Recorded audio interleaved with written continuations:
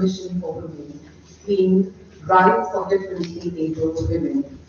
We at the department are very excited to be able to host all of you for the first time after the lockdown in the physical world.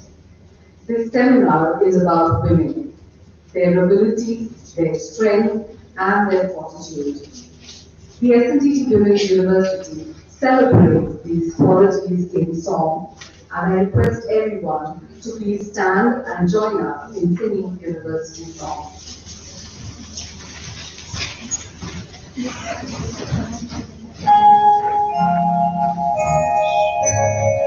संस्कृतासी पराशक्ति स्वर हमारा है संस्कृतासी पराशक्ति स्वर हमारा है विश्व है परिवार भारत घर हमारा है विश्व है परिवार भारत घर हमारा है हम नहीं है दीन कहता कौन हम भला है सबल संस्कृति हमारी हम सभी सबला ज्योति से जगमग हुआ अंतर हमारा है विश्व है परिवार भारत घर हमारा है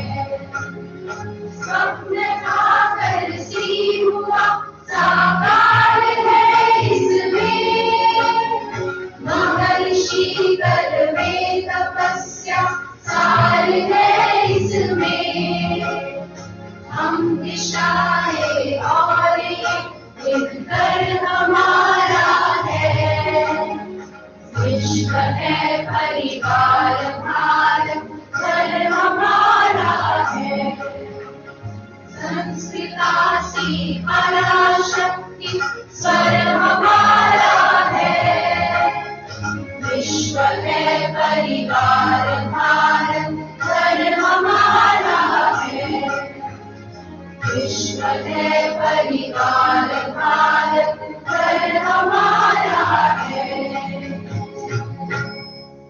Thank you everyone. Please be seated.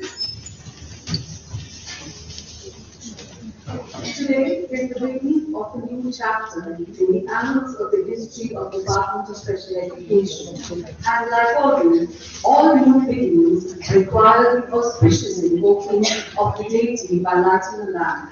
I invite our dignitaries to please light the traditional lamp.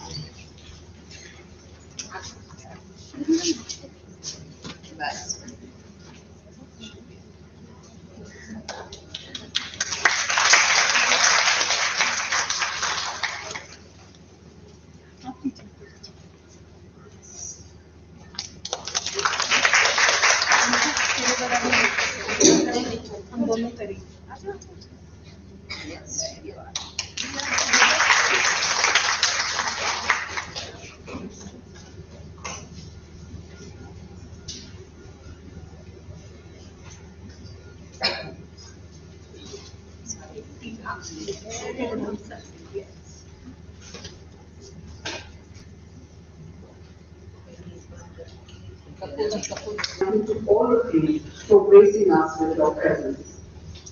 Continuing with our time-honored traditions, I now invite Professor Sujata Khan to officially welcome our dignitaries and introduce the concept of this national seminar.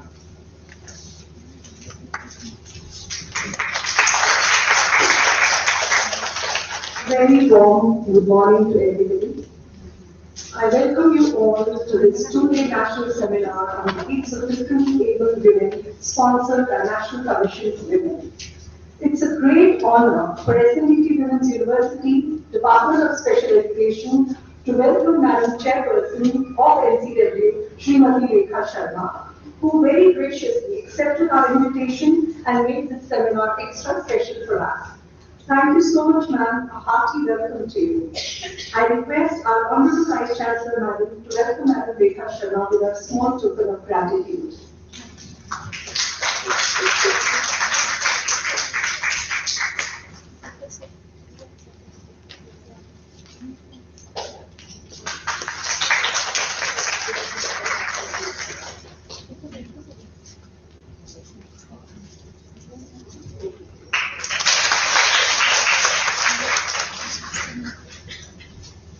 And a small token from the students of Arushi, that's a small center that we have of special children. These are some small items made by these children.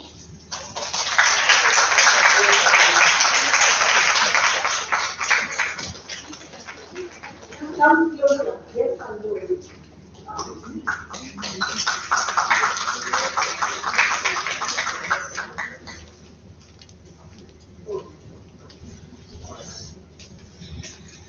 We have been blessed to have the guidance and mentorship from the former chairperson of Rehabilitation Council of India, a statutory body of Government of India, Professor Sudesh Mukhopadhyay.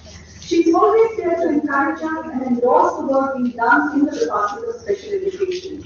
Today, she is our keynote speaker. Thank you, ma'am. A warm welcome to you, and I again request Vice Chancellor Madam to welcome our keynote speaker with a small token of love.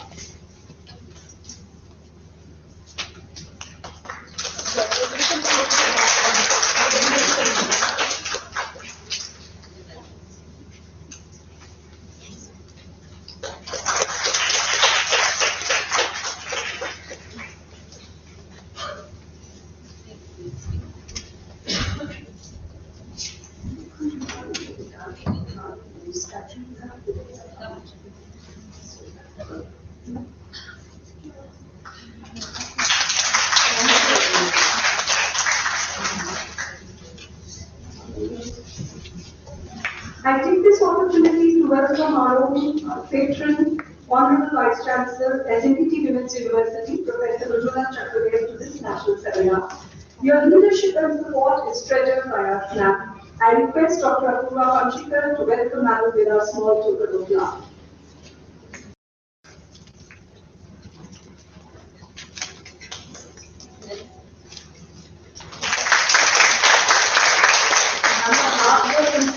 Again of our students, so it will be nice if you have a look at what is inside the bag. It's the artwork of our children. Thank you, Anmol. Thank you. SNDT Women's University has a legacy of 107 years, being the oldest women's university in India and in South Asia.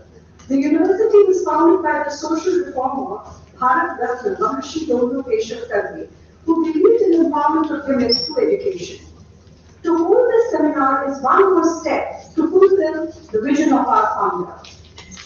Out of the 70 million population of disabled persons in India, about 48% of them are women. Discriminatory attitude towards women and women with disabilities is a multi-layered problem in the gender gap and is integrated into our discriminatory social-cultural norms, behaviors, and practices. Disabilities locate the individual in a compromised position not only as a function of biology, but also as a product of a complex interaction among the non-biological factors like gender, class, neighborhood relations, and family structure. Women with disabilities face double discrimination due to the prevalence of traditional gender roles and expectations. The general attitude among the women is to visualize the women with disabilities as a burden on the family, society, or the state, a dependent for the rest of her life. Women and girls with disabilities experience double discrimination, which places them at a high risk of gender violence, sexual abuse, neglect, maltreatment, and exploitation.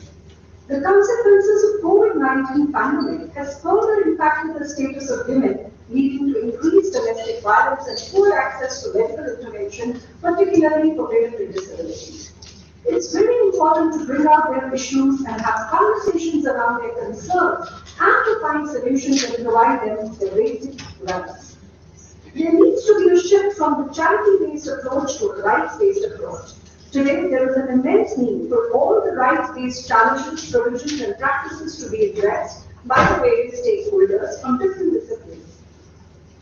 It is essential to the achievement of the internationally agreed upon goals, including the SDG Goal 5, which focuses on gender equality. We are all aware of India's G20 presidency. Women 20 or W20 as it's called meeting recommended that a gender perspective should be applied in the global recovery agenda to ensure the resolution of the disproportionate impact of the pandemic for women and strengthen women's resilience in fighting discrimination.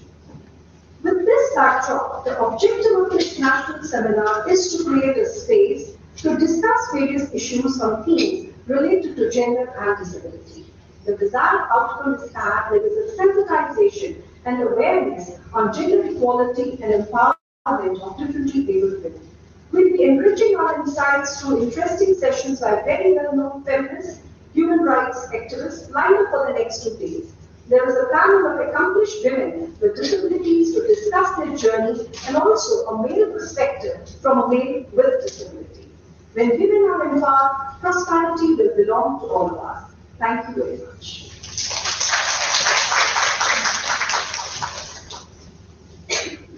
Thank you, ma'am.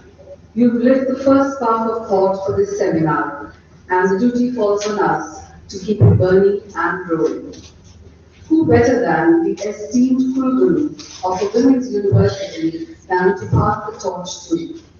I request my colleague, Ms. Madhu Jagulkar, to please introduce Madam Vice Chancellor to our audience.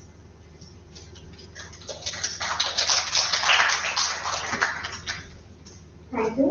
Good morning, everyone. Good morning, and to all the respected dignitaries and guests. Good morning, ma'am. Our Honorable Vice Chancellor, Madam Professor Ujjwala Chakradevi, was Professor and Principal of Srimati Manorama Mudley College of Architecture, Nagpur. She is also an architect and urban planner. She graduated from BRCE, Vishveshwaraya Regional College of Engineering, Nagpur in 1984. She is in teaching architecture since 1985 and completed MTech and PhD from VNIT in 1989 and 2006 respectively. She is deeply involved in exploring methods and means of teaching architecture and other subjects. Her topic of PhD was Impact of Social Change on Architecture Education of India.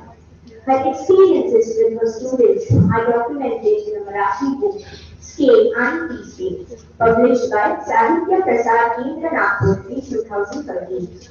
She has been very much experimental in her learning and is motivated her documenting student study tour work at Bhutan and Kausal Valley. She is co-author of 2 books, Anubhuti 1 and Anubhuti 2, published by in-house publication cell of the college. A chapter on life cycle assessment, methods and procedures in Encyclopedia of Renewable and Sustainable Materials by Elsevier in 2019 was also published. Many research papers are to her credit as well. She is also a fellow of the Indian Institute of Architects and associate member of Council of Architecture. She has been awarded PhD under her guidance, and 4 scholars are pursuing PhD at present under her guidance. She also has 5 copyrights to her credit. She has undertaken professional projects as architect and interior designer for government and private clients. She is also a member of various prestigious organizations. She was president of MASA, Maharashtra Association of Schools of Architecture, member of Bharatiya Shikshan Mandal, All India Board of Town and Country Planning of AICTE, PG Board of COA, NEP Committee of COA. She is also a management council member of IGNOU. She is a steering committee member of Unnat Bharat Abhiyan of UGC for fostering social responsibility among students of higher education. She has also founded postgraduate programs in architectural education and in urban design at Rashtriya Center Tukaroji Maharaj, Nagpur University in 2007 and 2015 respectively. She is an architect and a fellow of Indian Institute of Architecture and life member of the Indian National Trust for Art and Cultural Heritage. She is also a chairperson of committee constituted by Government of Maharashtra for implementation of National Education Policy in Maharashtra. Thank you so much, ma'am, for gracing us with your presence for the today's seminar. Thank you so much. Thank you, Ms. Sudarshan. I would now like to invite Honorable Madam Vice Chancellor Professor Ujjwala Chakradevi to, in her customary eloquent manner, share her thoughts with us.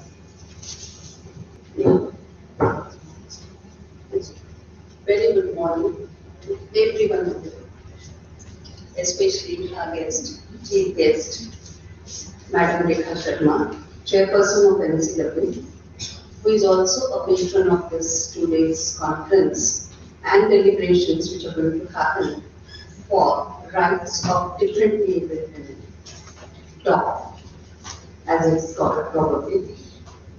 And also with us, we have our guests, Professor Sudesh Mukhopadhyay and the eminent person, Dr. Anita Ghai, who is the speaker of today's sessions.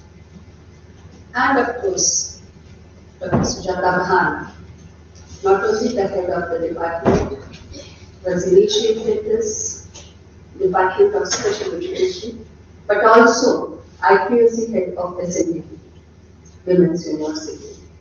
So on behalf of SNDP, Women's University, and as a patron of this 2 days deliberations, I welcome you all, and I wish that you all have a wonderful 2 days and intellectual deliberations on this particular topic, and something nice after the journey of these thoughts will come out of it, like makhan, navneet, कुछ तो निकलेगा इसमें से।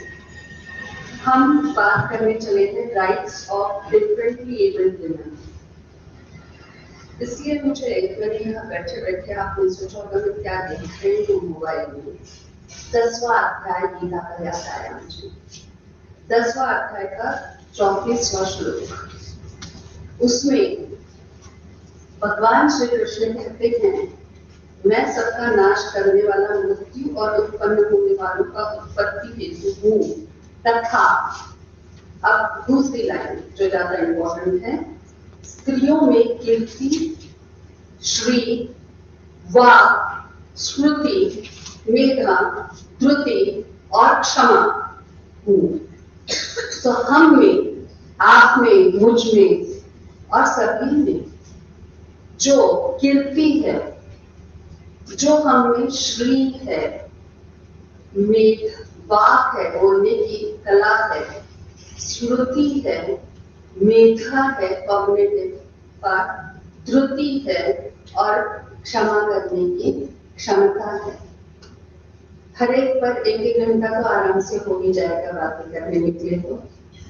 आप सब में और मुझ में ये सब है, थोड़ा कुछ ज्यादा है, थोड़ा कुछ कम है, कभी छुपा है, कभी व्यक्त है। उसको अव्यक्त करना, व्यक्त जो छुपा है उसको व्यक्त करना, is unfolding what is there within you, is what Swami Vivekananda called as a definition of education. तो एजुकेशन के इस डेफिनेशन में कि चिजल करना है आप सबको अच्छे से और बच्चों में से एक दिव्य पावर निकालनी है, और स्पेशली गर्ल्स में से, लेडीज में से तो और स्पेशल पावर जो निकलेगी, शक्ति है जो साथ में वो निकलेगी ये एजुकेशन से। अब उसमें एक और एडिशन एडजेक्टिव जुड़ जाता है, स्पेशल वुमेन, उनके राइट्स, उनका एजुकेशन, उनके बारे में सोचना है। तो बात तो ऐसी हुई कि अगर हम करेले के कड़वेपना की बात करेंगे तो पहले से करेला और फिर नीम चना। तो बातें हमारे विमेन की हो रही है, महिलाओं की हो रही है, एसएनडीटी में हो रही है, महिला विश्वविद्यालय में हो रही है। तो हम बात करेंगे, क्या बात करेंगे कि हमें कैसे सप्रेस किया है, या हम बात करेंगे जो हमें खुद भगवान ने कहा है कि आपने ये सब बात। जब हम अच्छी बातें अपने बारे में सोचेंगे तो जो हमसे गलत, हमारे बारे में जो गलत हो रहा है, हमें जहाँ सप्रेस किया जा रहा है, वो अपने आप से गिर जाएगा, हो जाएगा नहीं। We will be full of confidence and we will have that kind of thing within us, that spirit within us, that nobody will be able to talk about us saying आप अबला है, हम तो सबला है। हर बार ये विद्यापीठ का जो गीत है, वो जितने बार मैं बोलती हूँ, करीबन रोज एक बार मेरा ये दोहराया ही जाता है और हर बार मेरे हाथों पर, मेरे पूरे शरीर पर रोमांच खड़े होते हैं, goosebumps। क्यों होते हैं मुझे पता नहीं, पर एक एक शब्द संस्कृता स्त्री पराशक्ति, पॉजिटिविटी के तरफ बढ़ना है हमें। हमें हमारे स्ट्रेंथ्स के बारे में सोचना है। एक स्त्री संस्कृता हो गई तो वो अपने साथ कितनों को संस्कृता करती है, बढ़ाती है, ऊपर लेके जाती है। ये विविधता। और हमारे महर्षि धोंडो केशव कर्वे जी ने जब 107 साल पहले ये विद्यापीठ की स्थापना की थी, तब 107 साल पहले उन्होंने ये सोचा था कि ये महिलाएं जो जिनको एजुकेशन नहीं मिल रहा है तो क्या मिराकल्स हो जाएंगे आगे, और वो दिन आ रहे हैं। 100 साल लगे होंगे। बदल रहा है जमाना, और ये बदल अब आके अनफोल्ड होगा, दुनिया के सामने दिखेगा। और हमें आप लोगों जैसा बहुत सपोर्ट है, इसलिए एसएनडीटी में महिलाओं को हमें कुछ दुख है ये कहने का अधिकार नहीं है।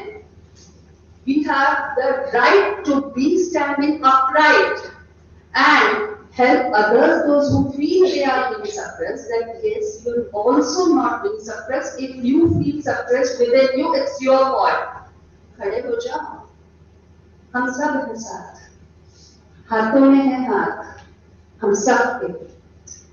और यहाँ से थोड़े राइट्स, थोड़ी सी बातें, थोड़ा सा कुछ उनमें वो क्या कहते हैं, उत्साह अगर हम भर देते हैं, विश्वास भर देते हैं, तो जो कुछ सोच रहे हैं कि हम पीछे हैं, हम नीचे हैं, वो भी आगे चल जाएंगे। बस यही 2 दिन में डेलिब्रेशंस होंगे, मुझे पता है।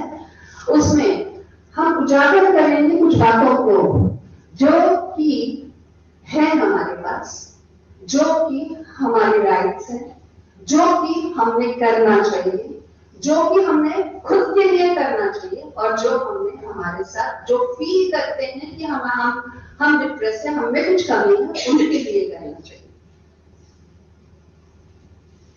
आने वाले 25 साल हम सब के लिए अमृत काल है।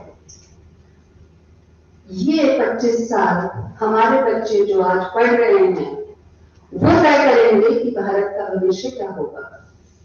वो तय करेंगे कि हम डेवलप्ड कंट्री हो जाएंगे, होंगे। वो विश्वास हमें उनमें जगाना है और उन्हें बताना है कि हाँ, आप कर सकते हैं। एक भी व्यक्ति, ऑल इंक्लूसिवनेस जो हम बोलते हैं, तो एक भी व्यक्ति पीछे ना रहने पाए। मुझे इंट्रोड्यूस करते समय बताया गया आर्किटेक्ट फिजिकल एम्बियंस डिजाइन करना है।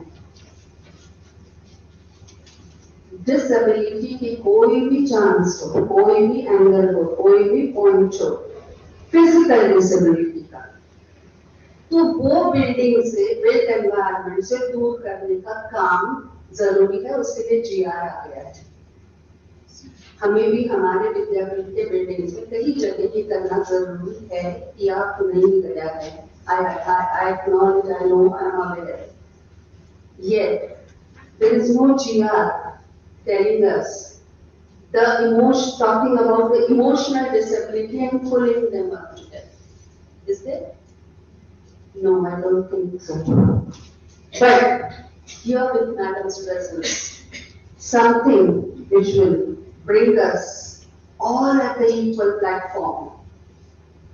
All those we are, हमें किसी से बराबरी नहीं करनी, इक्वालिटी की तो बात ही नहीं है। हमें सिर्फ ये बताना है कि हम में जो स्ट्रेंथ है वो बहुत ज्यादा है और ग्रेट है और अलग है, किसी के जैसे नहीं है। हम हैं, किसी से कंपैरिजन नहीं है, मेरे काउंटर पार्ट से भी नहीं है। उनके साथ काम करना है, उनके साथ कंपटीशन करनी ही नहीं है। उनको कभी कभी बताना है कि जो आप सोच रहे हैं हमारे बारे में वो शायद गलत है। अगर हमें पता है कि वो गलत है तो हमें पता होना चाहिए और हमें वो बताना चाहिए। So we have to make them understand about the rights and the respect which we deserve. And what are those we should be aware, and that's what this conference is all about. We have to just be aware. And once we are aware, we have to be convinced about it.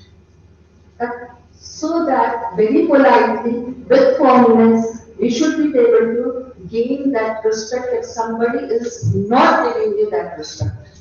Somebody is not giving your colleague that respect, which she deserves. Samvedana, संवादे सहवेदना. संवेदना जगानी है, संवेदना खुद में जगानी है, फिर संवाद करना है उसका, और दूसरों में भी वह संवेदना जगानी है, so that ये सहवेदना बन जाए. So संवेदना संवादे बन जाती है सहवेदना. तो सहवेदना सब में ये जगाने के लिए कि हम सब मिलकर इस भारत को एक डेवलप नेशन बना सकते हैं, और इसलिए हमें डिसरिस्पेक्ट बिल्कुल ना मिले, दुखी हम कभी भी ना हो, और हम अगर पराशक्ति बन जाएं तो हम आपको दिखा देंगे कि हम क्या क्या कर सकते हैं. बस ये विश्वास चाहिए, और ये विश्वास की ज्योति आज से, इससे पहले भी शुरू हो गए थे, पर end of tomorrow evening it will be ignited in everyone who is here, and will take it further to the rest of the people, and will become like a movement, and the entire Bharat first will be ignited, so that, as our Honorable Prime Minister says, we are not talking about empowerment of women, we are talking about women-led empowerment. So it will be a women-led empowerment for our nation. Thank you so much, and once again, most welcome.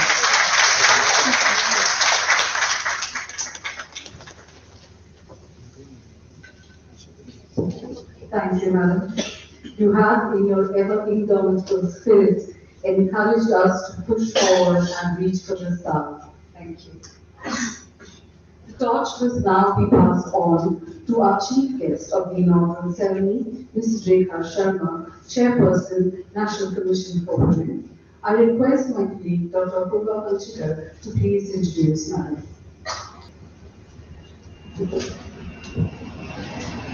A very good morning to all of you. It's the utmost pleasure to introduce Srimati Rekha Sharma ji, who has been the chairperson of the National Commission for Women since August 2018. She has been working tirelessly to highlight women's issues and offer solutions that empower women across the length and breadth of our country. It was under her inspiring and compassionate leadership that the Commission was able to deliver support and services to thousands of women affected by the COVID pandemic. Under Ma'am's leadership, a new helpline was launched to provide 24/7 support to women affected by violence through referral linking them to appropriate authorities such as the police, hospitals, psychological services, and many more. In recent years,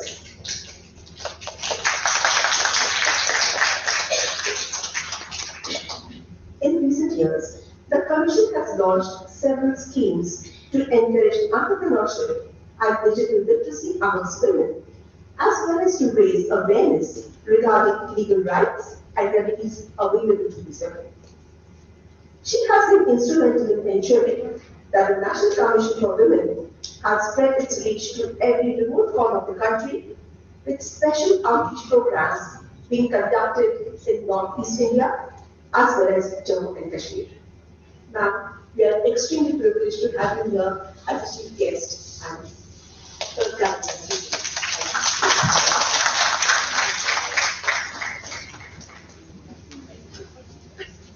Good morning, Namaskar.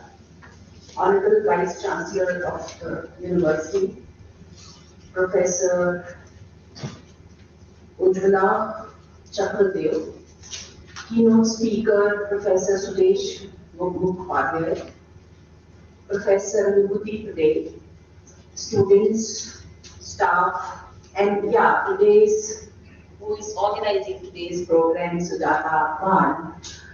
Let me first thank SNDT University and Vice Chancellor for organizing this very important program of today. And after poetic address of Vice Chancellor, my address will be very, very straightforward. Maybe few negative things will also come. Her address was all positive. But because I'm going to state some facts, so maybe they will be harsh also. आज जब हम बात कर रहे हैं women, disabled women, especially when we are talking about disabled women, let's talk about women and what they face in reality. We are talking about the opportunities, the empowerment, and everything about women.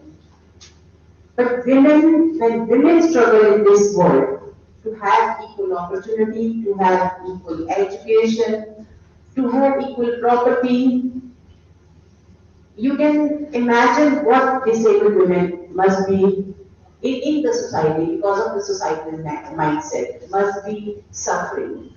हम लोग जब बात कर रहे हैं महिलाओं की, तो महिलाएं ही पहली बात सोसाइटी का जो माइंडसेट है, क्या सफर करती हैं आज के जमाने में.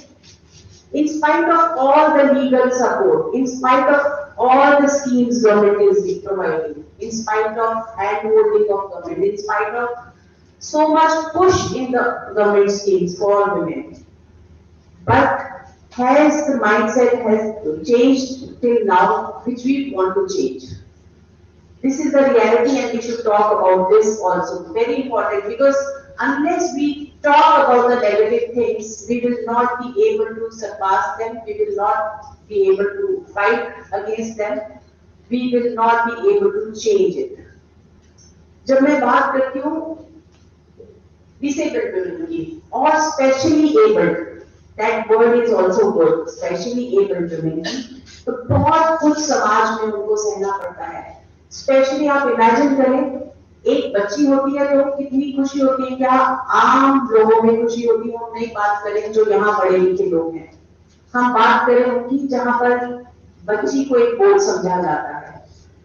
वहीं अगर डिसेबल्ड बच्ची पैदा हो गई या during the journey of the life कहीं डिसेबिलिटी आ गई, तो फैमिली का क्या रवैया रहता है उस बच्ची के ऊपर, किस प्रकार से उसको ट्रीट किया जाता है, how they treat that girl.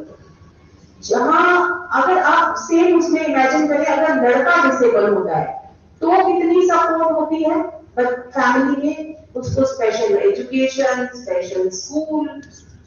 यहाँ सिर्फ एक बात होती है, अब इसकी शादी कैसे होगी, because of this disability nobody will get married to her.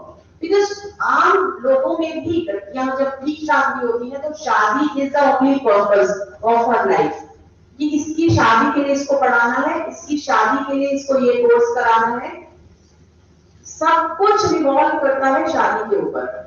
तो डिसेबल्ड विमेन की शादी कैसे होगी ये सोचने के ऊपर ही परिवार लग जाता है. जब वो फाइट करती है because of her inner strength and she starts learning, yes, people start coming together, help भी करना शुरू करते हैं. But then when she walks out, how the society treats her, how they look, हम लोग sympathy करने लगते हैं, empathy नहीं करते हम कभी. हम लोग sympathy से देखते हैं बेचारी, and that word we should not use that बेचारी word, because somewhere it kills. मुझे कोई औरत होने पे बेचारी करे, मुझे कोई मेरी डिसेबिलिटी पे बेचारी करे, I am not happy with it. I can't take it. Nobody should take it. तो वो वर्ड ही मेरे ख्याल से डिक्शनरी से हट जाना चाहिए. हम लोग एम्पावरमेंट की बात करते हैं, और आज ही मैं अपने एक दोस्त से बात कर रही थी, this is overrated word, empowerment. Because every time we are talking about empowerment, what is empowerment? Nobody understands what is empowerment. Empowerment is when my daughter will take her own decision, whether she wants to get married, whether she wants to work, whether she wants what education she wants, whom to get married, what to say, what to eat, and that ability is very difficult. हम अपनी बच्चियों को पहले ही सांस बोल देते हैं कि बोलना नहीं है, मुंह नहीं खोलना है, जवाब नहीं देना है। जब हम आम जिंदगी में अपने बच्चों को ऐसे पालते हैं तो हम डिसेबल वुमेन के लिए कैसे पालते हैं वो तो बिल्कुल ही अलग बात है। मैंने देखा है when we get all kinds of complaints, physically we are very harsh with them. Sexual exploitations are so much in the society of disabled women. आप mentally disabled women की तो आप सोच ही नहीं सकते। I have seen cases, she's in the hospital mentally challenged, ward boy आके rape कर जा रहा है। Even doctors misbehave with the patient if she is mentally disabled. बाहर अगर सड़कों पे खड़ी और घर वालों ने निकाल दिया तो you cannot imagine कि क्या होगा उसके साथ। I have seen in mentally challenged hospitals how women are being treated by the hospital authorities also. Families don't even take them back. Even after they recover, they don't want them back.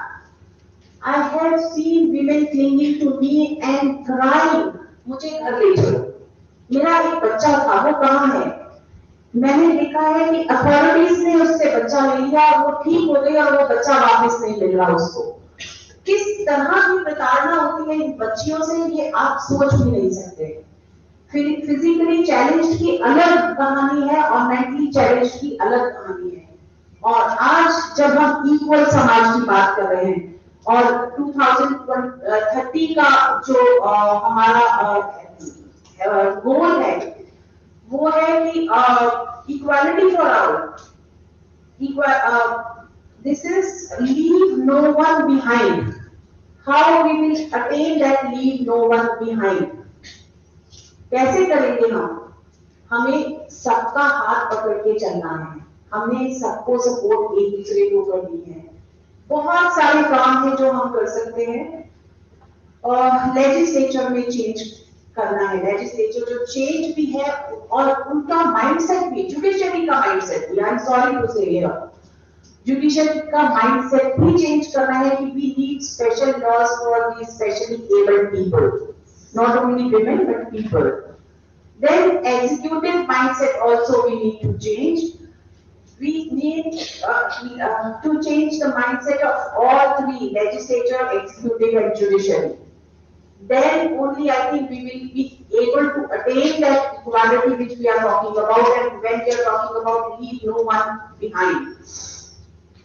Equal access to the opportunities, to the resources बहुत जरूरी है। Not only family will give it, even the government will have to give it equal access to everyone. वो 2-4 seats जो reserve होती है वही नहीं चाहिए हमको। Equal, हमें equal opportunity सबको चाहिए। Social stigma is a big thing which I am talking about. चाहे वो पर्सनल फैमिली में हो या परफॉर्मेंस में हो या ऑफिस में हो या सोसाइटी में हो। लैक ऑफ अपॉर्चुनिटी बहुत बड़ी चीज है जो हम लोगों को, इवन विमेन को एंड डिसेबल्ड विमेन को बहुत पीछे कर देती है सोसाइटी में। अपॉर्चुनिटीज को फैमिली को भी इक्वल देना है, गवर्नमेंट को भी इक्वल देना है। Women who are disabled are highly marginalized. We all know that. And वो marginalized चीज को हमको ठीक करना है। और मुझे लगता है आप जैसे लोग जो आज और कल 2 दिन सेंसिटाइज हो गए, बहुत सारे लोग हैं जो आपको जिस तरह से हमारे रिसोर्स पर्सन हैं, who have worked in this field for years together. I think they are much senior to me in this subject. They have been working in this field for years. They are specialists, and you must learn those things. Take it with you. Try to change the society along with your mindset, along with your family's mindset, because everything starts from home, and that's what I believe. If I want to change the society, I must change my family first, myself, my family, and then slowly the society will change. And whatever change we want to do in the society, it will start from myself. मैं जब तक नहीं change होगी. I have 2 daughters and I am proud of them. I have given, not I have given, they were born like that. I think they could steal everything, whatever is there from the society. So I have built like that, them like this, that जब उन्होंने कहा कि मैंने शादी करनी है तब हुई, we were not after that शादी किससे करनी है, कौन से रिलीजन में करनी है नहीं करनी है, बच्चा पैदा करना है या नहीं करना है, वो भी उनकी वो थी. हम लोग मातृत्व को महिला से बहुत जोड़ते हैं. It's high time we should stop that. Our life is not about producing children. Our life is my own wish whether I want to produce or not. So आज आपकी बीसी के बाद जो मेरे ख्याल से टॉक था वो बिल्कुल डिफरेंट था, बट हमारा एम एक ही है, that women should be totally self-dependent, they should be empowered, so that what we say कि भारत विश्व गुरु बनेगा, आने वाले कुछ सालों में भारत जो है विश्व गुरु होगा. तो क्या अगर हम 50% महिलाओं को अपनी आबादी को पीछे छोड़ेंगे तो वो कैसे विश्व गुरु बनेगा? हमें हाथ में हाथ पकड़कर, we are not only equal, we are above them. हम इक्वालिटी की तो बात नहीं कर रहे. We are born equal. Our constitution has given us equality, but we have to take with like us, these specially abled people also. भगवान एक चीज देता है तो 2 चीजें देता भी है, तो उन जो दी है भगवान ने उस पे हम कॉन्सेंट्रेट करें और हम आगे बढ़ें. धन्यवाद.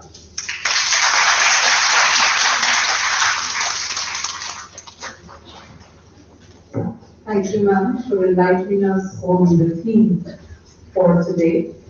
And ma'am, I don't think it could have been said in any other way than the way that you said it. Your passion and commitment to the betterment of women is much appreciated. This moment now brings us closer to the end of the inaugural session, which has to be acknowledged with a rendering of thanks and gratitude. I request our senior faculty member, Dr. Apurva Panchikar, to please give the vote of thanks. Honorable Chief Guest, Chairperson, National Commission for Women, Faculty Commissioner. Professor Sudesh Mukhopadhyay, former Chairperson, Rehabilitation Council of India, who's the keynote speaker for today. Our patron, Honorable Madam Vice Chancellor, Professor Ujjwala Chakraborty. Professor Sujata Bhan, Head Department of Special Education. The eminent speakers for today. Dear participants, colleagues, and dear students, a very good morning to all of you once again. As a faculty of Department of Special Education, SCT Women's University, and a member of the organizing team for the 2-day national seminar, Rights of Differently Abled Women, which is sponsored by National Commission for Women and accredited CI status by RCI. I consider it a great honor and privilege to propose for open thanks on this auspicious occasion. First of all, I would like to convey my sincere thanks to Honorable Chief Guest, Srimati Rekha Sharma. We are extremely grateful to you and NCW for giving us the permission to organize the seminar and also sponsor it. Madam, we are indebted to you for taking time out of your position youth and gracing this occasion with your presence and sharing the inspiring thoughts on the challenges faced by women in general and women with disabilities in particular. Your thoughts are extremely inspiring and they are going to give us impetus to think further about what is the role that each one of us has vis-a-vis empowering women and women with disabilities. Here, I would also like to express my heartfelt gratitude to the Rehabilitation Council of India for granting a CRE status to the seminar. This is the first CRE in a face-to-face mode, and we are extremely happy about this.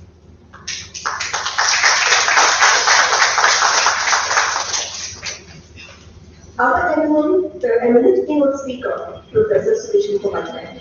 Ma'am, I'm indebted, and it would be failing my duty if I did not express my gratitude to you for your valuable time and agree to address the august audience on an important topic pertaining to the rights of differently abled women. No program of the university can be complete without having the encouragement, presence, and inspirational words of our very own Honorable Vice Chancellor Madam, Professor Ujjwala Chakravarti. She is ever available to us to guide us in many of the academic endeavors that have been undertaken by the Department of Special Education. On behalf of the entire team, I thank you, ma'am, from the bottom of my heart for being here and motivating us. The inaugural ceremony came together because of the hard and coordinated efforts of my colleagues, the administrative and the support staff, and my dear students. I thank you all for your wholehearted support to make the program a successful one. Thank you so much.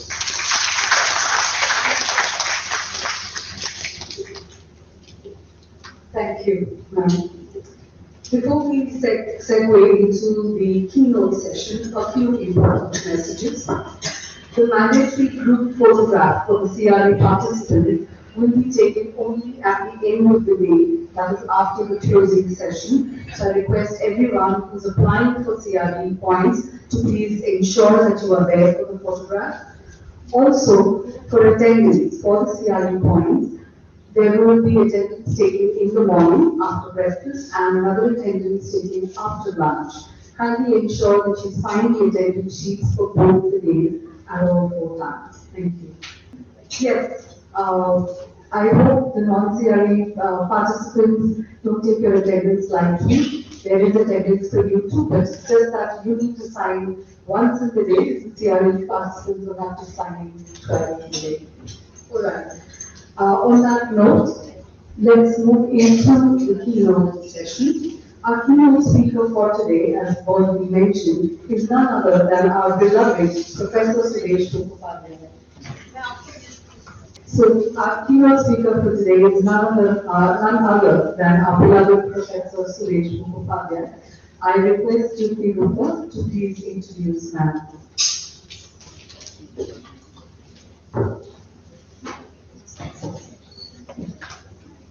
Good morning, everyone. It's my honor to introduce Professor Mukhopadhyay ma'am. So, good morning, everyone.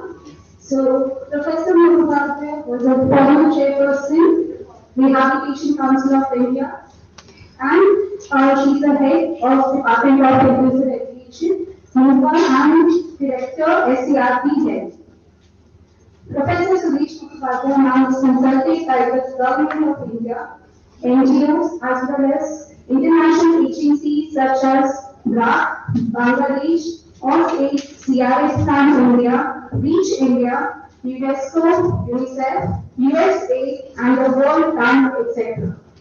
As a professor with NUPA, she was involved in activities like planning and management of education at all levels, with a special focus on education of persons with disabilities, including training and advocacy, along with research and material development. Ma'am, it's our privilege to have you here with us today. Welcome, ma'am.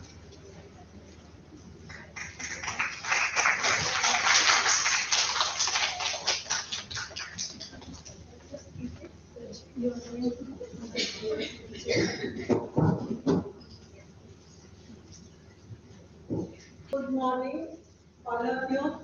It's a pleasure to be always back to this campus. I'm saying this campus because most of the time when I come, I'm there for this department's activities. So it's a really, for me, it's like every time a homecoming because I feel at home whenever I'm working such things.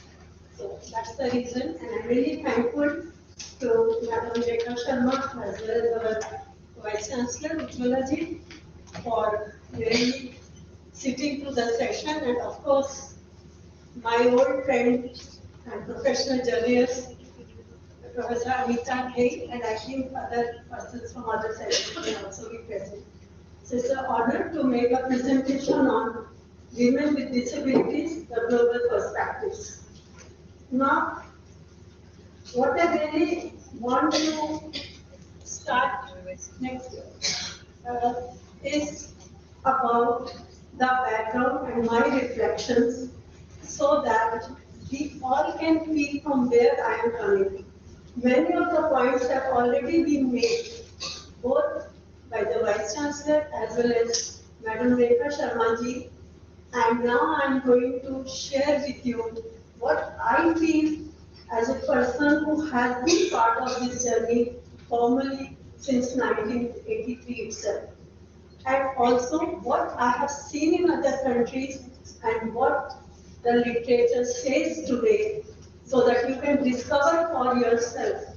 If you want to put ourselves on the continuum of where do we stand as a country, as a group of professionals, you can find out your own strengths, because only talking about weaknesses is not the way forward. Way forward is to see the total picture and also realize, because ultimately foundation होता है तो building बनती है. So our strengths are our foundations, they are our building.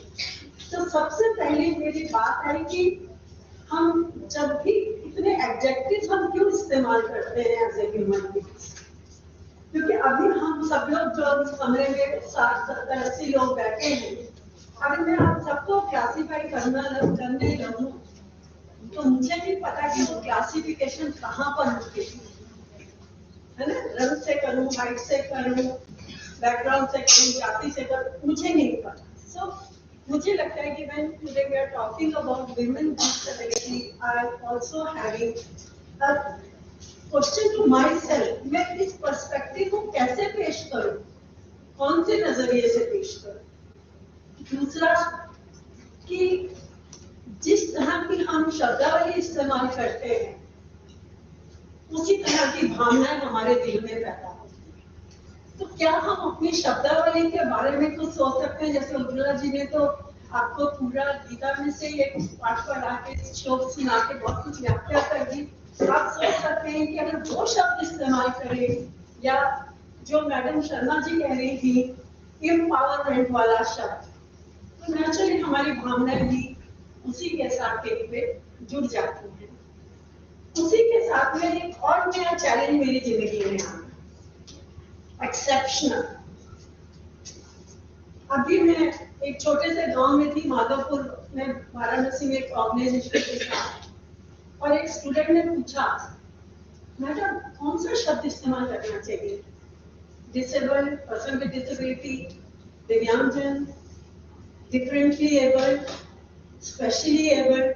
मैंने कहा बेटा 83 से मैं इस फील्ड में आई हूँ और तब से मैं इस सवाल का जवाब ढूंढ रही हूँ जो मुझे आज तक नहीं मिला है. मुझे नहीं पता कौन सी टर्म ठीक है.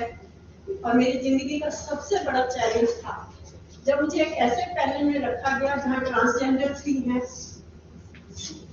जहाँ पर हमारे, जिसे हमें कहना चाहिए होमोसेक्सुअल ओरिएंटेशन वाले लोग पैनल में भी हैं. मुझे बोला गया आपको डिसेबिलिटी के बारे में बोलना है, लर्निंग के बारे में बोलना है, और गिफ्टेड का भी इसमें कोई था. तो मैं डिसेबिलिटी का गिफ्टेड क्यों नहीं बोल सकती? तो मैंने उसके लिए ऑस्ट्रेलिया से स्पेशलिस्ट आया, एंड दैट चैलेंज मी इन 2018. बड़ौदा मेरा अपना यूनिवर्सिटी है जहाँ से मैंने पास किया. 50 साल के बाद वहाँ बोल रही थी, और मैंने क्वाइट एक्सेप्शनल शब्द को ढूंढ निकाला डिक्शनरी से.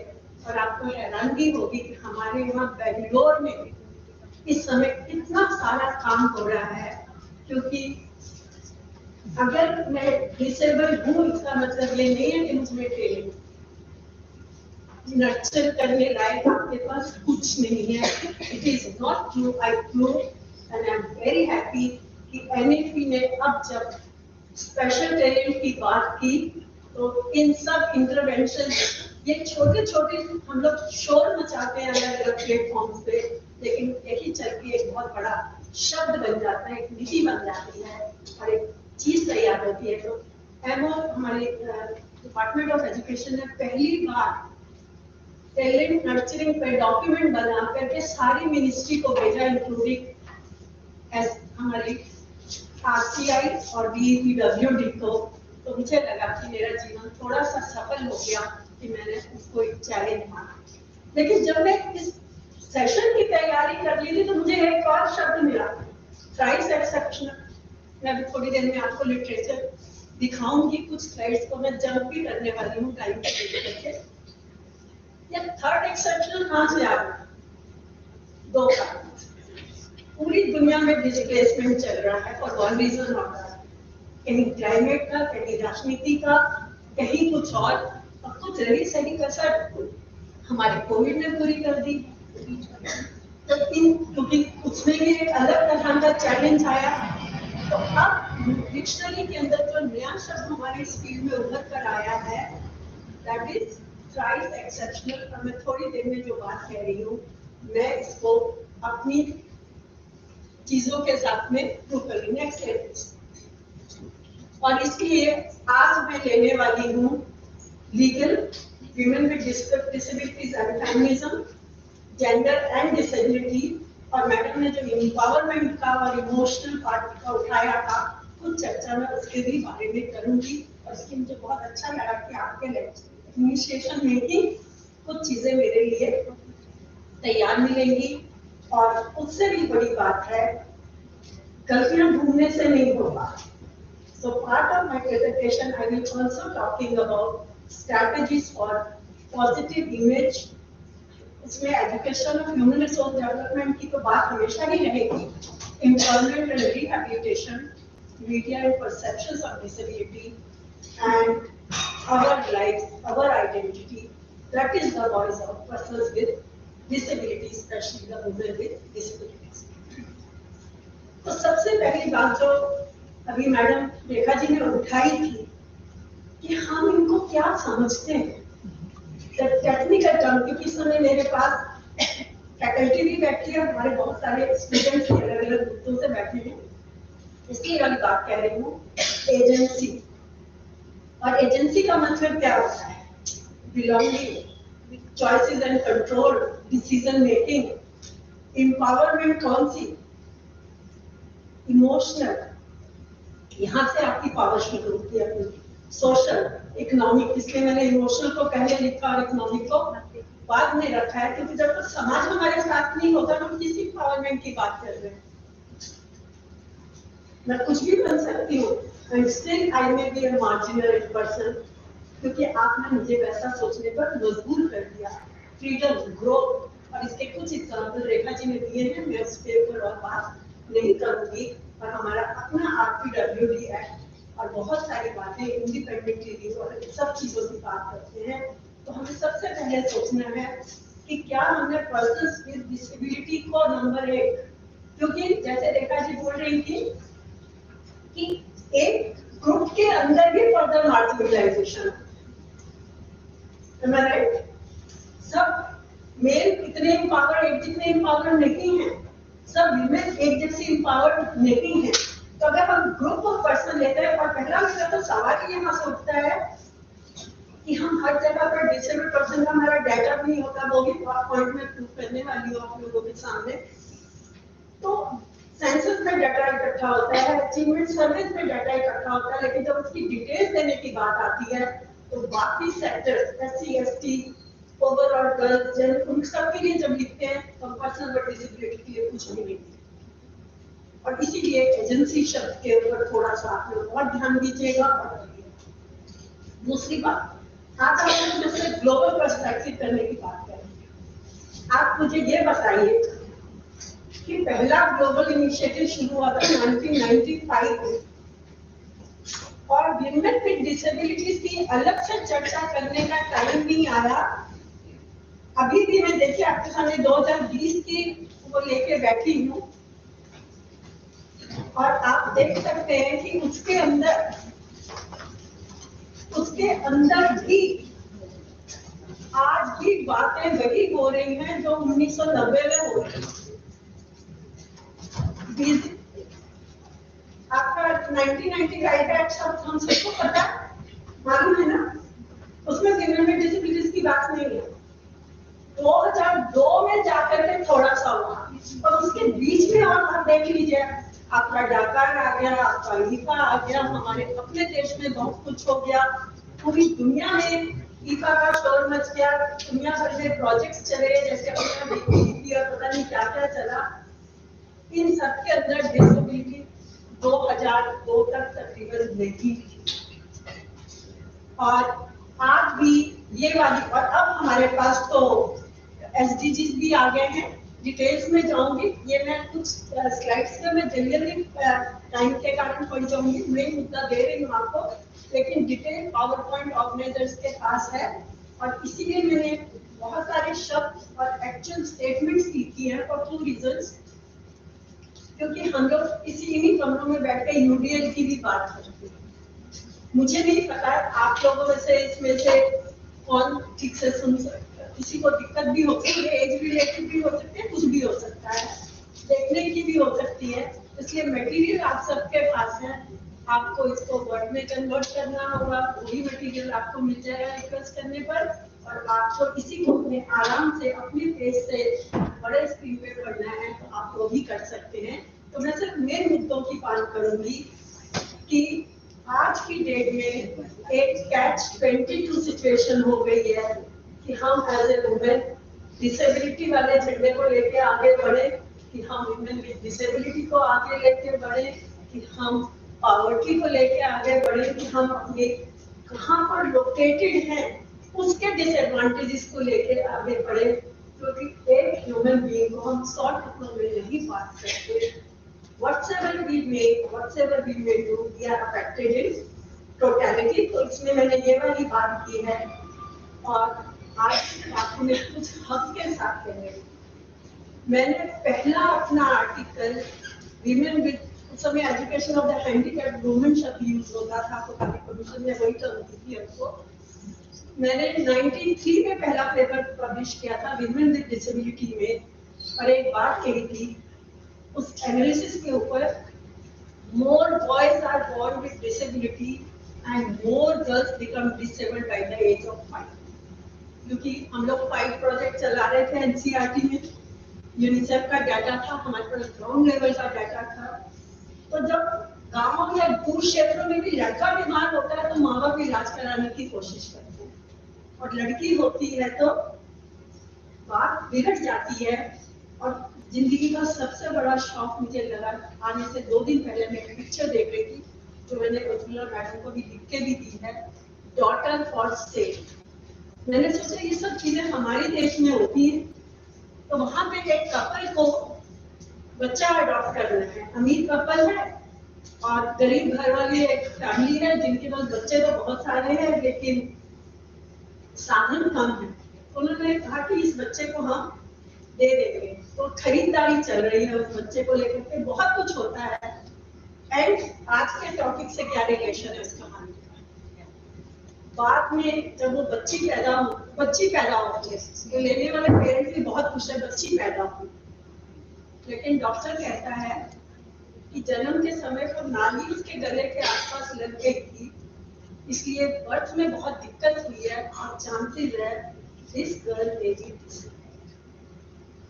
और ये ना कहानी का अंत कहाँ हुआ?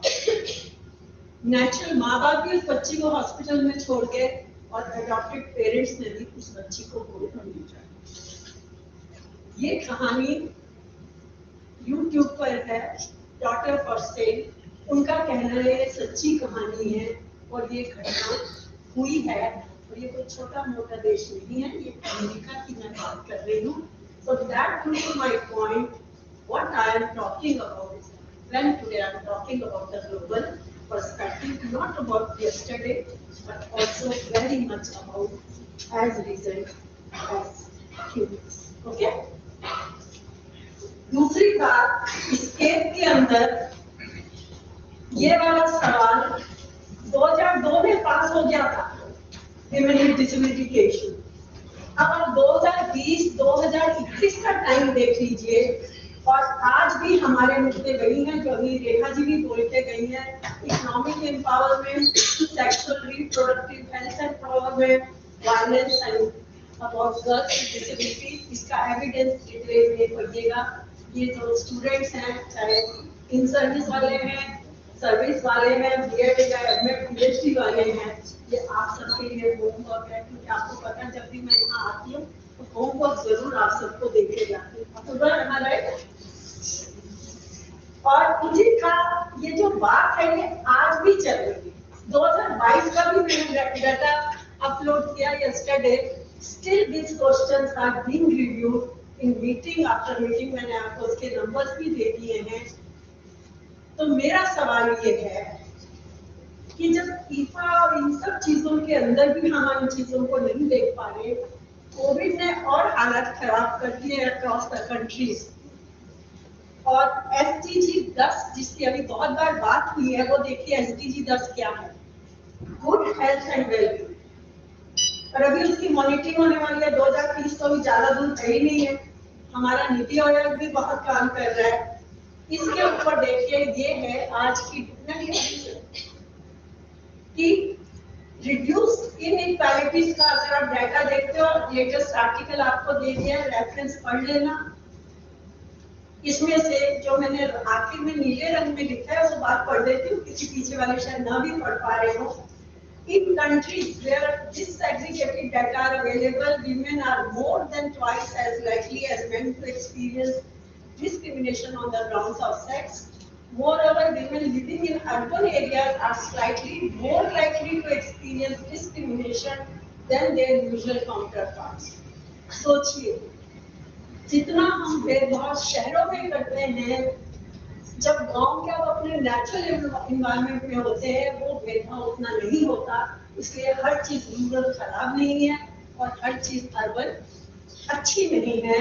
Among persons with disabilities, it is pervasive with about 1/3 reporting personal experience of discrimination. तो कंसर्न पैदा होता है कि खाली ये 10वां गोल क्यों, 17 के 17 गोल जो हमारे पास SDG के हैं आज की डेट में हमारे सामने, हमें इन सब को पढ़ना पड़ेगा, सोचना पड़ेगा शब्द और उनका इंटेंशन। क्योंकि इस समय मैं ग्लोबल पर्सपेक्टिव बात कर रही हूँ, हिंदुस्तान की बात नहीं कर रही हूँ, मैं पूरी दुनिया की बात कर रही हूँ जो इन गोल्स के ऊपर अपने आप को मॉनिटर कर रही है और एक दूसरे को मॉनिटर कर रही है। इसी में से यहाँ पे मैंने कुछ स्लाइड्स लगा दी हैं, इसमें डिटेल में नहीं जाऊंगी। गोल नंबर 1 नो पॉवर्टी, इस तरह से करके मैंने सारे गोल्स जो है आपको स्लाइड्स में दे दिए हैं। ये 17 गोल हैं, लेकिन इसमें से आखिरी वाला तीसरी स्लाइड पे चले जाइए बच्चे। नेक्स्ट, ये आखिरी वाला पढ़ लीजिए। ये मेरे लिए सबसे ज्यादा चिंता का विषय है कि इन 17 गोल के तो जितने इंडिकेटर्स बने हैं 231 में से सिर्फ 51 इंडिकेटर जो है जहाँ पे जेंडर का मेंशन है। तो विमेन विद डिसेबिलिटी का जो मैडम सुबह कह रही थी कि विदिन फेमिनिज्म आल्सो हमारे यहाँ पे कितने चैलेंजेस हैं। I am just trying to prove that point through this analysis which is very recent on time. और दूसरी बात ये भी है कि ये जो कारण है कि इन मॉनिटरिंग में चाहे वो MDG थे और अब SDG हैं, जब विमेन पर्सपेक्टिव इतना नीचे रहा तो विमेन विद डिसेबिलिटीज का पर्सपेक्टिव तो बहुत छोटा हो गया। और शायद यही कारण है कि जब आज हम ग्लोबल पर्सपेक्टिव की बात करते हैं तो हम ये मानकर चलेंगे कि दुनिया के सारे देश जो हैं कॉन्टिन्यूसली ऐसे हैं, लेकिन यहाँ तक कोई भी देश नहीं पहुंचा है। ये एक समरी फॉर्म के अंदर मैं आपको अपनी बात कह। अगला देखिए, इसके ऊपर से मैंने कुछ चैलेंजेस निकाले। चैलेंज नंबर 1 है इकोनॉमिक एम्पावरमेंट और सेल्फ एस्टीम। पॉइंट्स बहुत सारे बोले जा चुके हैं, अगले सेशंस के जो स्पीकर्स हैं वो भी आपको इनके बारे में और बताएंगे, डिटेल में नहीं जाऊंगी। लेकिन 2019 में भी मैंने इसके ऊपर कुछ पब्लिकेशन किया था जो कि हमारी एक्टिविटी में SDGs पर हुआ था, प्रिंटेड फॉर्म में सुजाता मैडम से मिल जाएगा। लेकिन जो सस्टेनेबल डेवलपमेंट के गोल है, फिर से देखिए 2008 में एक इंडियन पर्सन ने ये चेतावनी दे दी थी कि over the years led to the elaboration of concept of sustainable development, which in turn becomes linked with paradigm of poverty, क्योंकि हमारा पूरे जो जीडीपी और ये सब जो बनी है, ये जिस तरह से उन चीजों को इंटरवीन करती हैं, उसमें हमारे जो ह्यूमन एस्पेक्ट्स हैं वो थोड़े से पीछे हो जाते हैं. We are becoming consumers without going forward. और कंज्यूमर जिसके पास पैसा नहीं है वो गरीबी लाइन पे आएगा और गरीबी लाइन के अपने इश्यूज रहते हैं. और इसलिए 2015 में ट्रांसफॉर्मिंग अवर वर्ल्ड करके जब ये सस्टेनेबल डेवलपमेंट की बात हुई तो बार बार बात उठाई गई लोकलाइज. आज मैं ग्लोबल पर्सपेक्टिव की बात जरूर कहूँगी, लेकिन ये मत भूलना चैरिटी बिगिंस एट होम. हम लोगों की तरफ देख तो सकते हैं, काम हमें अपने आप ही शुरू करना होगा. और इसीलिए मैंने आपको एक 2021 का विमेन इकोनॉमिक एम्पावरमेंट का प्रेजेंटेशन भी बहुत डिटेल के अंदर दिया है कि different women experience economic impact of कोविड-19 इन डिफरेंट वेज. लेकिन gender intersect with other factors including age, class, disability, race, ethnicity, religion, sexual orientation and gender equality. और इसीलिए ये मैंने कुछ आप लोगों को इकोनॉमिक एम्पावरमेंट का एविडेंस देने के लिए कि हमारी विमेन विद डिसेबिलिटी जो है उनके पास बहुत सारे चैलेंजेस हैं, और वो चैलेंजेस उनके नहीं हैं, ये हमारे हैं. और इसीलिए जब तक हम जनरली पूरे सेक्टर को प्रमोट नहीं करेंगे, चाहे वो विमेन का हो चाहे वो डिसेबिलिटी का हो, तो जितने टुकड़ों में हम बांट के देखेंगे चीजें कितनी छोटी होती चली जाएंगी. और हमें इस तरह की रिपोर्ट्स पे बड़े बड़े माइक्रोस्कोप यूज करने पड़ेंगे इश्यूज को ग्राउंड लेवल पे समझने के लिए. तो इन सब चीजें एनालिसिस से मैंने क्या सीखा आपके आज के लेक्चर में. The situation of women with disability cannot be seen in isolation, separated either from their disability or their gender, क्योंकि disability के 21 कैटेगरी के अंदर भी discrimination. That's the problem. Physical है तो एक तरफ से, मेंटल है तो दूसरे. अब हमने आईटी में सब कुछ लिख दिया, लेकिन जब मैंने इस एरिया में काम शुरू किया था, आज भी वो टेक्स्ट बुक्स हमारी लाइब्रेरी में है जो कहता था डाउन सिंड्रोम वाले बच्चे तो 14 साल से ज्यादा जिंदा ही नहीं रहेंगे. और मैंने 84-85 में 14 साल की लड़की को, जिसके दांत भी ठीक से नहीं निकल पाए थे, उसकी कंडीशन कह रहा बिस्किट को चाय में भिगो के एक रेजिडेंशियल स्कूल में रख देखा है. किसी बहुत बड़े सीनियर ब्यूरोक्रेट की बेटी थी, सारे कपड़े इंपोर्टेड, और वो हंसती थी ऐसे करके उसको हंसाते थे केड़े अपन करते थे छोटे बच्चे को. तो आज लेकिन बेटी डाउन सिंड्रोम बच्चों को, मैं दिव्यांशी को जानती हूँ जिससे न्यूज़पेपर में भी खबर आती है, आपकी नागपुर की है, इंक्लूसिव एजुकेशन में पढ़ी हुई है, NOAS से कोर्स पास किया है. और मैं ऐसे भी लोगों को जानती हूँ जहाँ पे 70 साल का बाप 45 साल की डाउन सिंड्रोम लड़की की देखभाल कर रहे हैं. Right, these are the ground realities. इस पर्सपेक्टिव में आप सोचिए कि जब मैंने वो आपको बोला डॉटर फॉर सेल्फ, तो एक पिक्चर को प्रमोट नहीं कर रही हूँ, लेकिन आपको दिखा रही हूँ कि दूर की हर चीज सुहावनी होती है, नजदीक से जाओ तो बहुत कुछ और भी दिखाई देता है. तो दूसरा चैलेंज है real time data and inclusive loss. बहुत सारे लॉस बन गए हैं हमारे पास में. अभी जो मैंने आपको लेटेस्ट रिपोर्ट आपके साथ शेयर की है, ये ग्लोबल इंडिकेटर्स 2022 की है इसके ऊपर. और इसके अंदर बहुत मतलब क्या बोलूं, मेरे को थोड़ा सा अजीब सा ही लगा कि 190 इकोनॉमीज के ऊपर डाटा है. और लॉस के बारे में इसमें बात हुई है. The new data suggests that only 1/4 of economies worldwide explicitly protect and promote the rights of women with disabilities. ये आदत है. और आगे इसी स्लाइड को आगे चलते हुए अगर आप देखिएगा तो हमें लगेगा कि हमारा हिंदुस्तान में कहीं बहुत नीचे होगा। देखा मैडम चली गई, लेकिन मैं उसको सुनाना चाहती थी कि इस इंडेक्स पे इंडिया का स्कोर आया है 2, जो कि टॉप है। तो हमारे पास लॉज हैं, मैं ये आपको आपकी क्षमता दिखाना चाहती हूँ।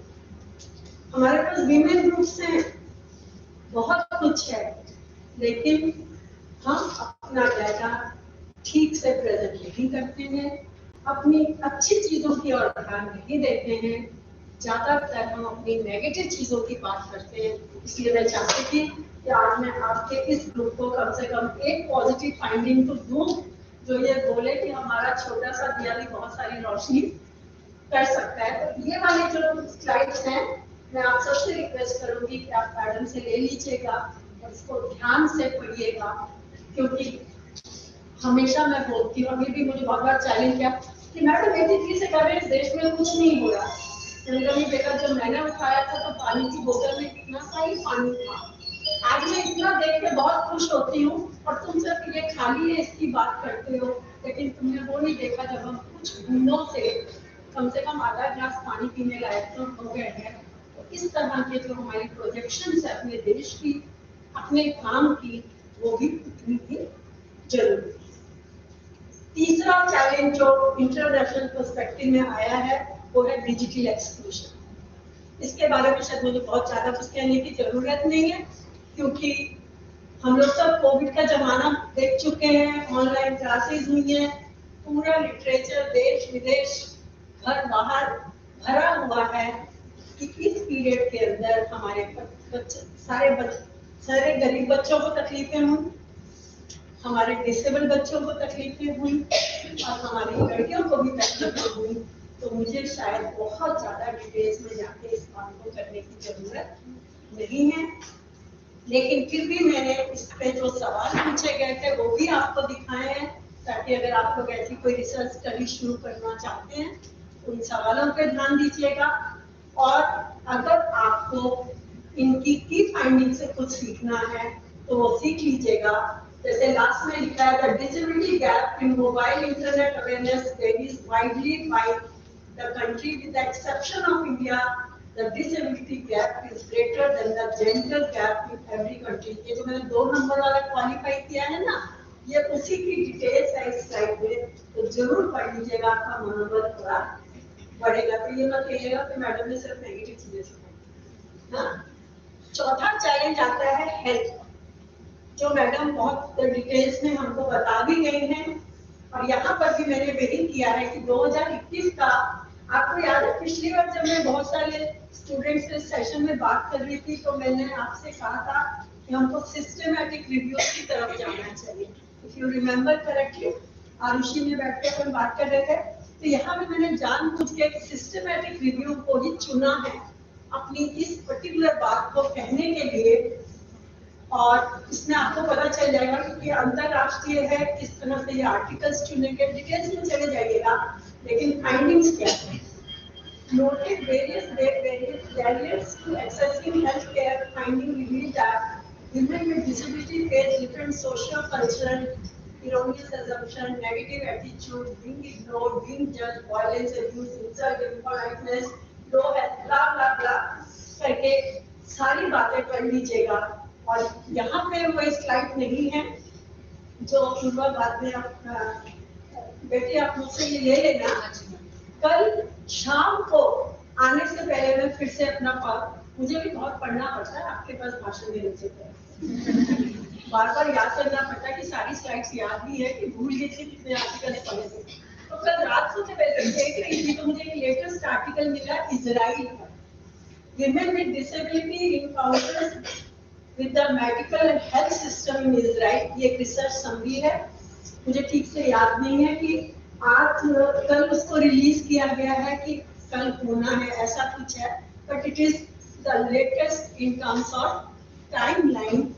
और इसके अंदर जो बात कही गई है वो वही सारी बातें रिपीट हो रही है जो मैंने 93 के अंदर थोड़ा थोड़ा बोलना शुरू।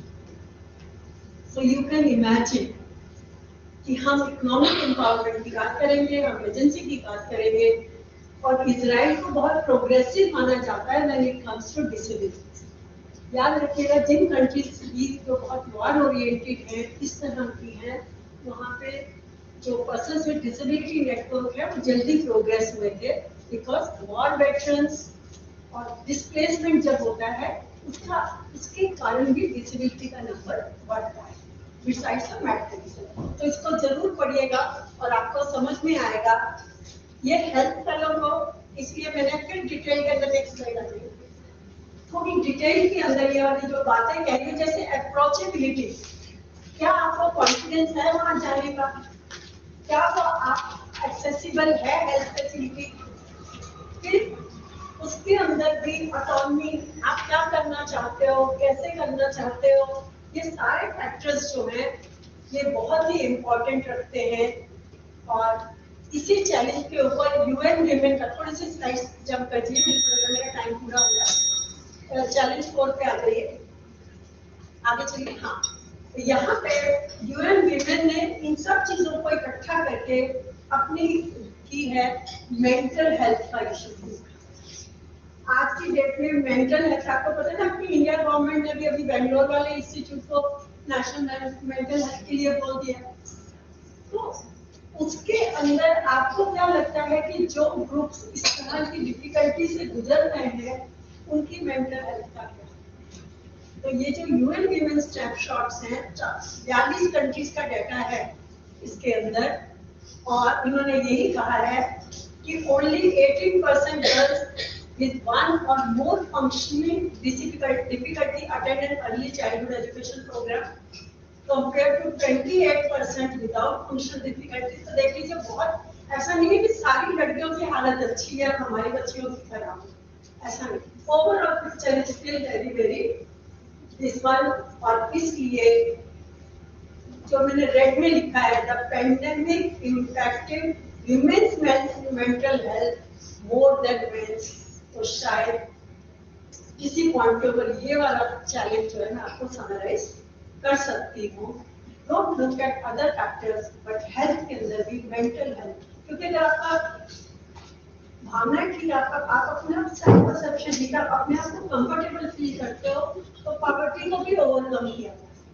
ये तो अमीर औरतों को भी होती है ना, बीमारियां नहीं होती है mental health.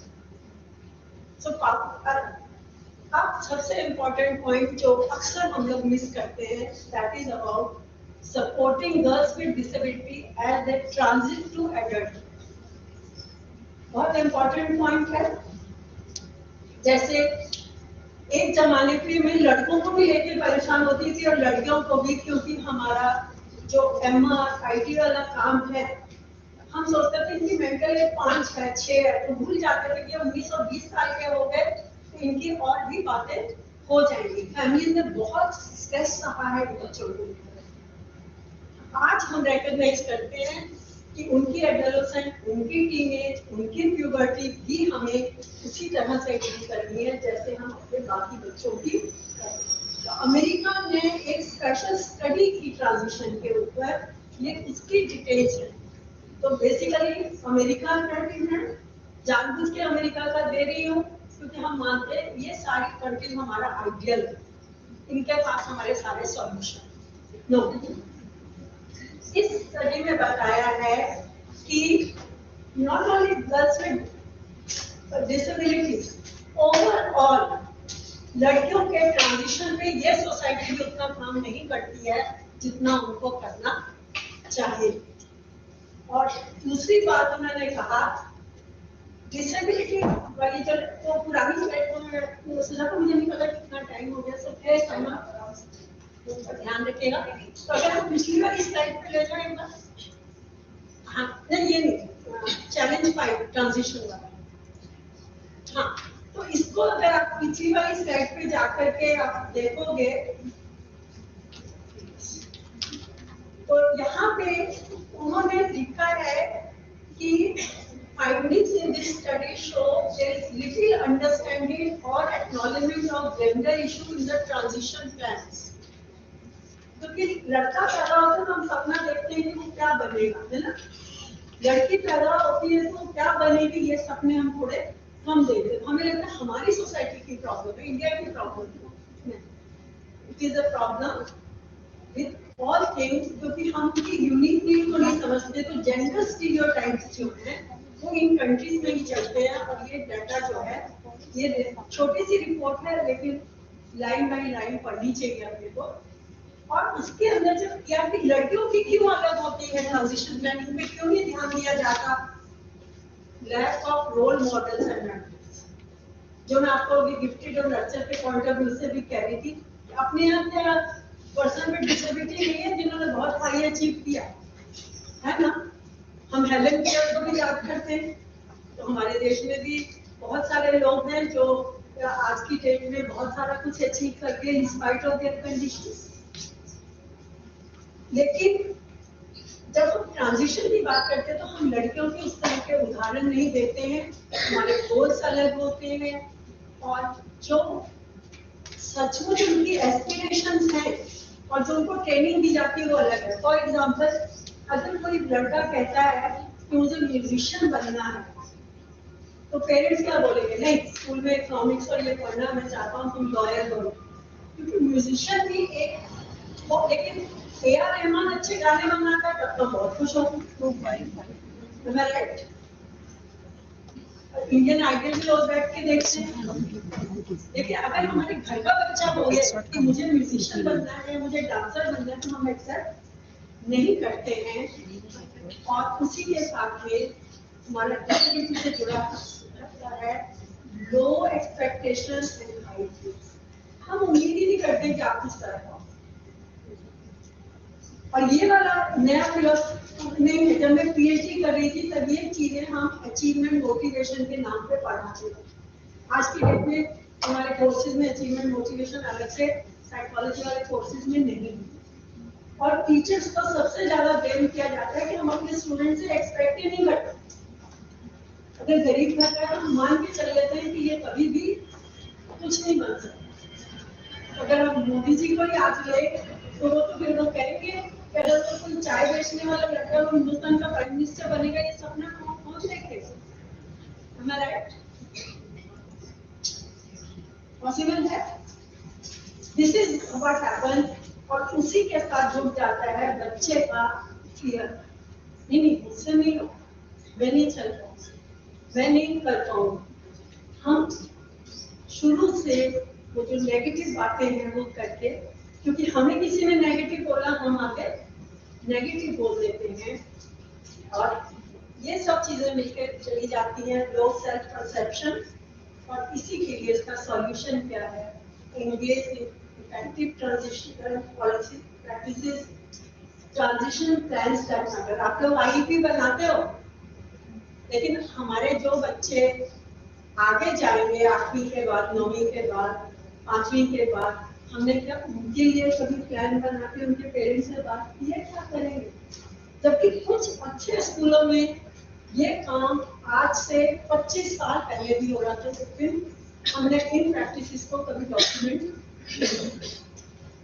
I remember my daughter, उसके केस में उसके स्कूल में केजी नर्सरी से ही उनका पर्सनल पोर्टफोलियो तैयार होता है।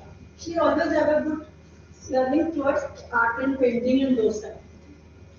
तो जब वो 10वीं में आई उसके मैथ्स का भी अच्छे नंबर है, 8-9वीं के आसपास आई। तो उसने बोला मुझे आर्ट एंड पेंटिंग लेना है, लेकिन स्कूल बोलता है कि ये 5 सब्जेक्ट तो सीबीएसई के लेने ही पड़ेंगे, आप 6ठा सब्जेक्ट ले सकते हो, अलग से उसकी कोशिश करें। She took it and today she has brilliant career in that area. लेकिन अब बताइए, हम में से अब हमारे आरुषि में भी बच्चे होंगे, क्या हमने हर बच्चे का उस तरह से पोर्टफोलियो तैयार किया? क्या अगर हम पेरेंट्स को गाइड कर सकते हैं? अगर कर सकते हैं तो ये वाले जो नेगेटिव पॉइंट्स हैं ये अपने आप सॉल्व हो जाते हैं। Because you have to prepare for that transition. Prepare इसके लिए क्या जरूरी है? एक तो जो काम मैं अभी कर रही हूँ, respect and listen to educate and support professionals. Am I right?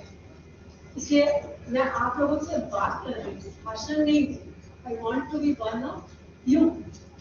Respect and listen to you's goal and aspiration. अगर कोई बच्चा normal not the so-called not normal लड़की लड़का disability no disability अगर वो आपसे कुछ एक्सप्रेस कर रहे हैं तो प्लीज ये चीज हो सकता है कि giving you the key to his own future and promote recruit mentors and role models.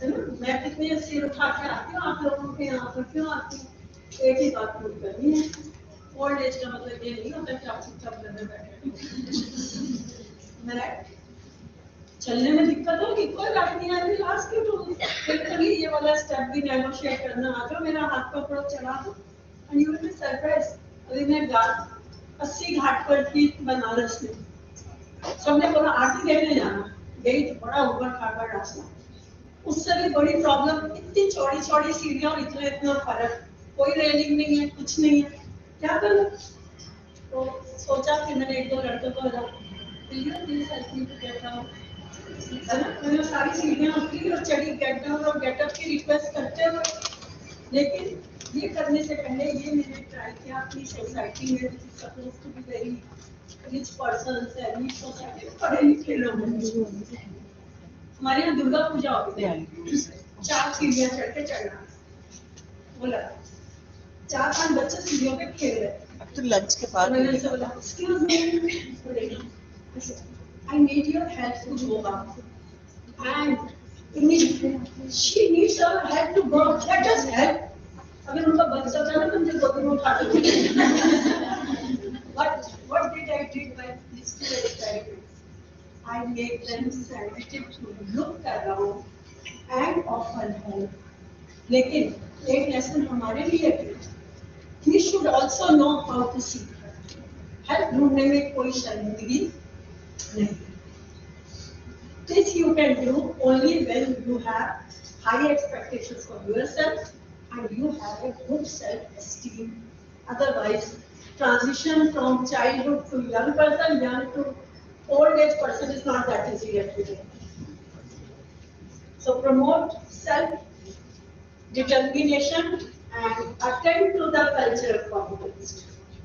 जो बात आप एक पर्टिकुलर कॉन्टेक्स्ट में एक पर्टिकुलर जगह पे कर सकते हैं वो आप दूसरी जगह पर हो सकता है न भी ना राइट क्योंकि जब हम मेंटल परसेप्शन बनाते हैं तो हमको लगता है सारी चीज सुनहरी हमारी जैसी है हम कर सकते हैं ये नीड टू अंडरस्टैंड कि वो पर्सन कहाँ से है क्या है वो पेरेंट्स क्या है उनकी क्या जरूरतें हैं देन ओनली और उसका शायद सबसे आप बोलोगे मैडम पिक्चर बहुत देखती है ना लेकिन देख लेना डॉक्टर जी देख लेना शुरू का हिस्सा बहुत बकवास लगेगा लेकिन आखिरी के हिस्से में वो कुछ लेसन्स हैं जो मैं आपको बताने की कोशिश कर रही हूँ कि एक मेल डॉक्टर के लिए गायनेकोलॉजिस्ट बनना निकम्मे से सफल होना लेकिन उसके अंदर छोटे छोटे मैसेजेस हैं forget about the entertainment part और कुछ आप देख फॉरवर्ड करने का भी मन करेगा do that but do look at the towards the and part ये जो मैं कॉन्टेक्स्ट की बात कर रही हूँ आपको वो शायद ज्यादा अच्छी तरह से समझ पाएंगे लास्ट डिसेबिलिटी इमरजेंसी एंड मैंने एजुकेशन पे अलग से इसलिए बात नहीं की है क्योंकि हम जितनी भी बातें कर रहे हैं वो कहीं कहीं हमारी शिक्षा से जुड़ जाती है और उसके लिए स्पेसिफिक सेशंस में so I decided to only identify some challenges ये एक और सच्चाई है कि जब भी कोई इमरजेंसी आती है चाहे वो कोविड के कारण आई हो बाढ़ के कारण आई हो हमारे persons with disabilities are badly affected by that just as many other persons और इसलिए आज की डेट में जो स्पेशल एडवाइजर टू ह्यूमन थे उन्होंने 2011 में ये वाली बात कही थी to protect women and girls with disabilities अगर आपके कभी मौका मिलेगा तो मैं आपको डिजास्टर मैनेजमेंट पे अलग से भी प्रेजेंटेशन किसी को कर दूंगी बट जब अंडमान में सुनामी आई थी अब वहाँ के एडमिनिस्ट्रेटर्स ने पब्लिश किया है एक पर्टिकुलर लोकेशन में आइडेंटिफाइड डिसेबल्ड पर्सन थे सुनामी के बाद इनको एक भी जिंदा आदमी नहीं, आदमी का मतलब पॉपुलेशन। केरल में जब हुआ तो केरल ने अपनी जो मैपिंग की है, तो ओल्ड एज, डिसेबल्ड, ऐसे जितने भी लोग हैं, this is consider role model कि ये जो मैं आपसे बात कह रही हूँ, ये बात मैं क्यों कह रही हूँ, क्योंकि जब हम विमेन विद डिसेबिलिटीज की बात करते हैं, it's not about the gender disability conditions, but there are other women related issues also which also need. So towards the end, अब आप में से कौन ये झंडा लेके आगे चलेगा मेरी तरफ से? क्योंकि देखिए जस्टिस ने बोला था, we would like to conclude this judgment by observing that to most disabled person, the society they live in is a closed door which has been locked and the key to which has been thrown away with the violence. Helen Keller has described this phenomenon in the following words. Some people see a closed door and turn away. Others see a closed door, try the knob, and if it does not open, they turn away. Still others see a closed door, try the knob, if it does not work, they find a key, and if the key does not fit, they turn away. A rare few see a closed door, try the knob, if it does not open, they find a key, if it does not fit, they may one. So I'm using this opportunity, thanks to Dr. Sujata and her team and the university, कि मैं भी जो काम मैं नहीं कर पाई तो करता से कोई कर लेगा और अच्छी तरह से। So these are the persons whom we need to find. So I'm sure इतने यहाँ पे बहुत होंगे। और आखिर में प्लीज ऑल्सो रीड कि आधा ग्लास मत देखना, भरा हुआ है वो देख के खुश होना, लेकिन जो खाली रह गया है उसके लिए भी हमें कोशिश करनी होगी। दिल्ली के अभी रिसेंटली 2022 के अंदर मैंने 30 नवंबर को एक्सेस किया है, और मैं हमारे समीर बख्शी हैं डिपार्टमेंट ऑफ मेडिकल ऑन्कोलॉजी, उन्होंने कहा कि 11,000 पेशेंट्स उनके यहाँ पे एनरोल हुए, उनमें से ज्यादातर लड़के थे। 22,000 बच्चे जो कैंसर के लिए आए थे वो लड़के ज्यादा थे, कम। हमारी 21 डिसेबिलिटीज के अंदर अब बहुत सारी कंडीशंस जो हैं तो इनकी भी आएंगी और वो भी होगी। दूसरी बात जो मुझे आपसे कहनी है कि जब विमेन विद डिसेबिलिटीज में काम शुरू करोगे तो दूसरी विमेन का रोल मत भूल जाना, और इसलिए मैंने यहाँ पे एक स्टडी आप लोगों को दिया है। But so that is why as I said I started looking at this angle of gender and disability 93 में, 2022 में कल तक ही ढूंढ रही थी, अभी तक मेरी जर्नी चल रही है। Also look at the mother's quality, the best model of response and key concern, और इसके लिए सीमा गिरजालाल का एक थीसिस है, मेकिंग लिविड एक्सपीरियंसेस। इसमें जो ऑटिज्म वाले बच्चे और बच्चियां हैं उनकी मदर के पॉइंट ऑफ व्यू से ये थीसिस बनाया है, बिकॉज इट्स नॉट कि हमें women with disability multiple angle से हम काम करेंगे तब ये आज की जो 2 दिन की कॉन्फ्रेंस है तब ये सफल होगी। और मेलिंडा फ्रेंच गेट्स ने 7 दिसंबर को ये कमेंट किया है कि हम लोग बहुत कुछ करते हैं, औरतें बहुत कुछ कर सकती हैं, लेकिन that is what lifts up a community, that is what lifts up a economy. Enlightened governments are starting to realize. उन्होंने ये कहा है कि अगर आप women पे इन्वेस्ट करोगे तो she will spend it on half of her on family. Male का ओरिएंटेशन अलग है खर्चे का, फीमेल्स का अलग है, इसलिए मैं हमेशा कहती हूँ कि इस सेक्टर को सर्व करने का सबसे अच्छा उदाहरण जो है मदर्स किचन, क्योंकि मुझे उससे ज्यादा कोई अच्छा नहीं मिलता। तो बहुत खुशी है कि मेलिंडा गेट्स कहीं पे मेरे विचारों से मिलती जुलती है। सो आखिर में they both reached the finishing line faster than they could have done alone, They both had a great sense of satisfaction. Then they had felt earlier. Collaboration, partnership is the way to make impossible possible. तो ये कछुआ और ये खरगोश कौन से gender का वो तो मुझे नहीं पता, लेकिन मुझे ये पता है आदमी हो या औरत हो, हम सबको मिलकर एक दूसरे के लिए साथ में काम करना चाहिए with full dignity, with full respect, then only चलो ना दरिया पार। Thank you.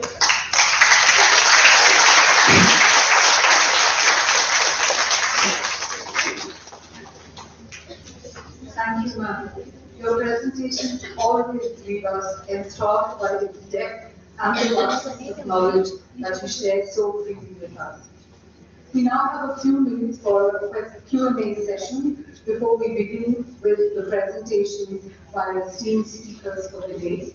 The stage is open to everyone. The mics have been passed around. If anyone has a question, now is the time to ask. Please take the mic to Dr. Mani.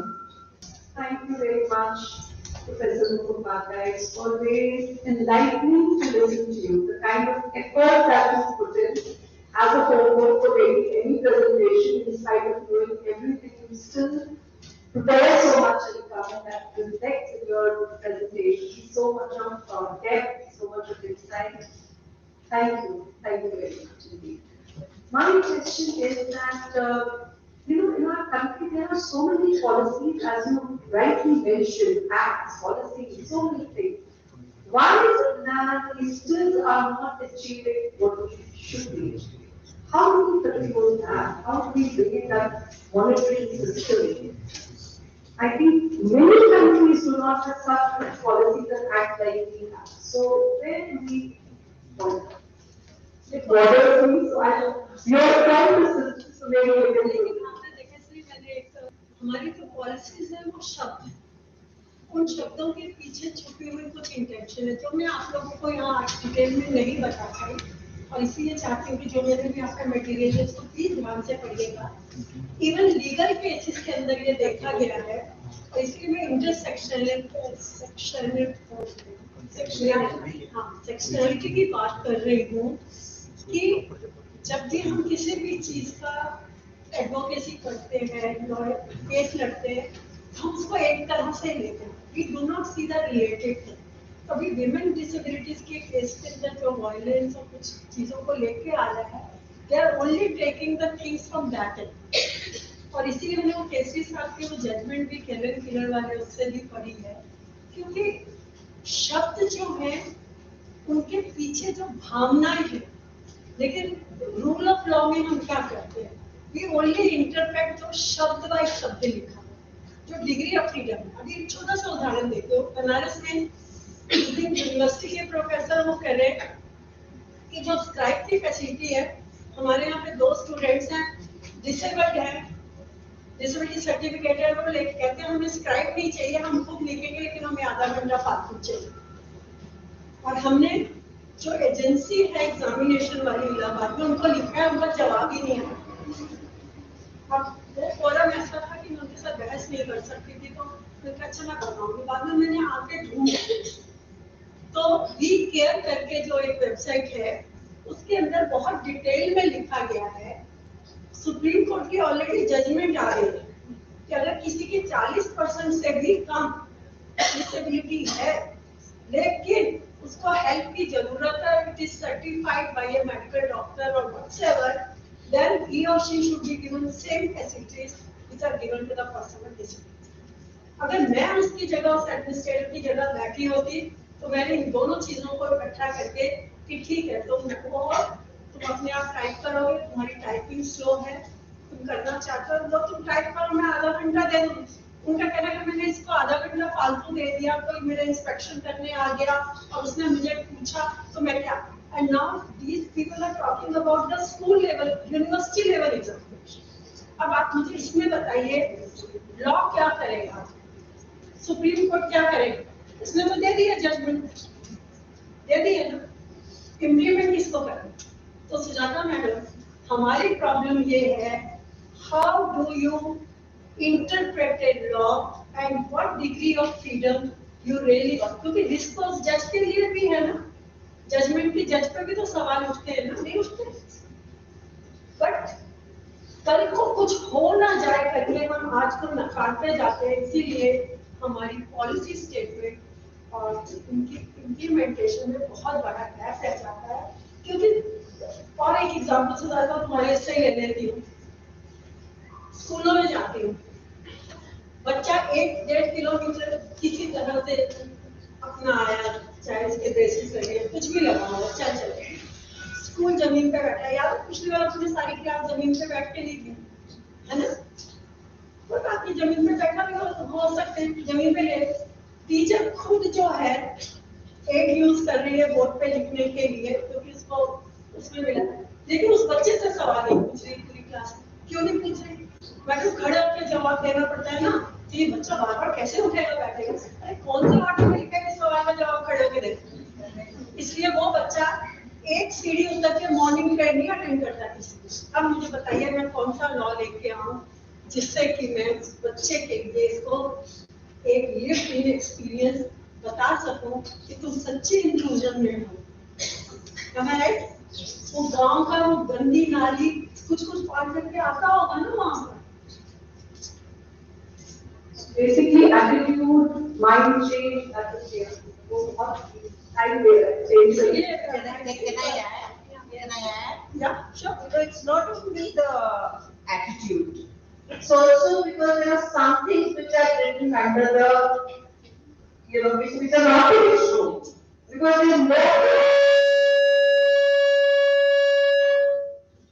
they know that they will not be able to do it. इस करके वो लिखते ही इस तरह से हैं कि वो आना हो और आना ना। It's always been there. Professor Sadgopal used to say this, कि अगर आपने पॉलिसी पढ़नी है तो ठीक से पॉलिसी पढ़ो। इसकी इंटेंट भी समझो ना, डोंट डू इट, क्योंकि 100 बातें अपन अपने घरों में भी कहते हैं, है ना? अपन बात करने में कहते हैं कि ये मेरी मंशा नहीं, मेरी मंशा तो ये थी, लेकिन मुझे तो मैंने चीज गलत ढंग से एक्सप्रेस कर दिया। इसीलिए मैं बार बार आप लोगों से बहुत बार कहती हूँ शब्दों का चयन कैसे बोलते हो, and that's why I always start for me inclusion starts here. Sudesh ji को तो याद ही होगा और आप लोगों को भी पता होगा, जब ये 16 की लेजिस्लेशन पास हुई थी, तो क्योंकि बाकी सब पार्टीज थोड़ा अग्रीमेंट पे आ रही थी, हालांकि पार्लियामेंट उस टाइम पे बहुत बुरे हाथों में थी। 10 मिनट के अंदर ये लेजिस्लेशन पास की गई थी। अब 10 मिनट में कोई लेजिस्लेशन पास होती है? ठीक से बैठ, सिर्फ एक सवाल पूछा था उन्होंने कि तुम ये रिजर्वेशन को बढ़ा रहे हो, क्यों बढ़ा रहे हो? मतलब बस दैट्स द क्वेश्चन। हमेशा याद रखो बेटा, किसी भी रूप में काम करो, कहीं पे भी करो, अपनी डिग्री ऑफ फ्रीडम को राइट इंटेंशन के साथ में यूज करना कभी मत भूलना। और विश्वास करो, मैंने कभी जिंदगी में धोखा नहीं किया। I have worked with all types of administrators, but I have never suffered for taking this. Any other question?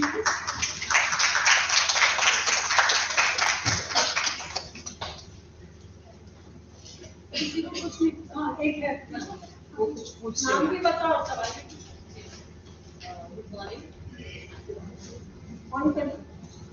Afternoon हो चुका है वैसे, कोई बात नहीं। डॉक्टर रीना शिंदे। जोर से बोलो तो क्लास वाले टीचर ना। आप इधर आ जाओ ना, नीचे आ जाओ। हाँ बोलो। Yes.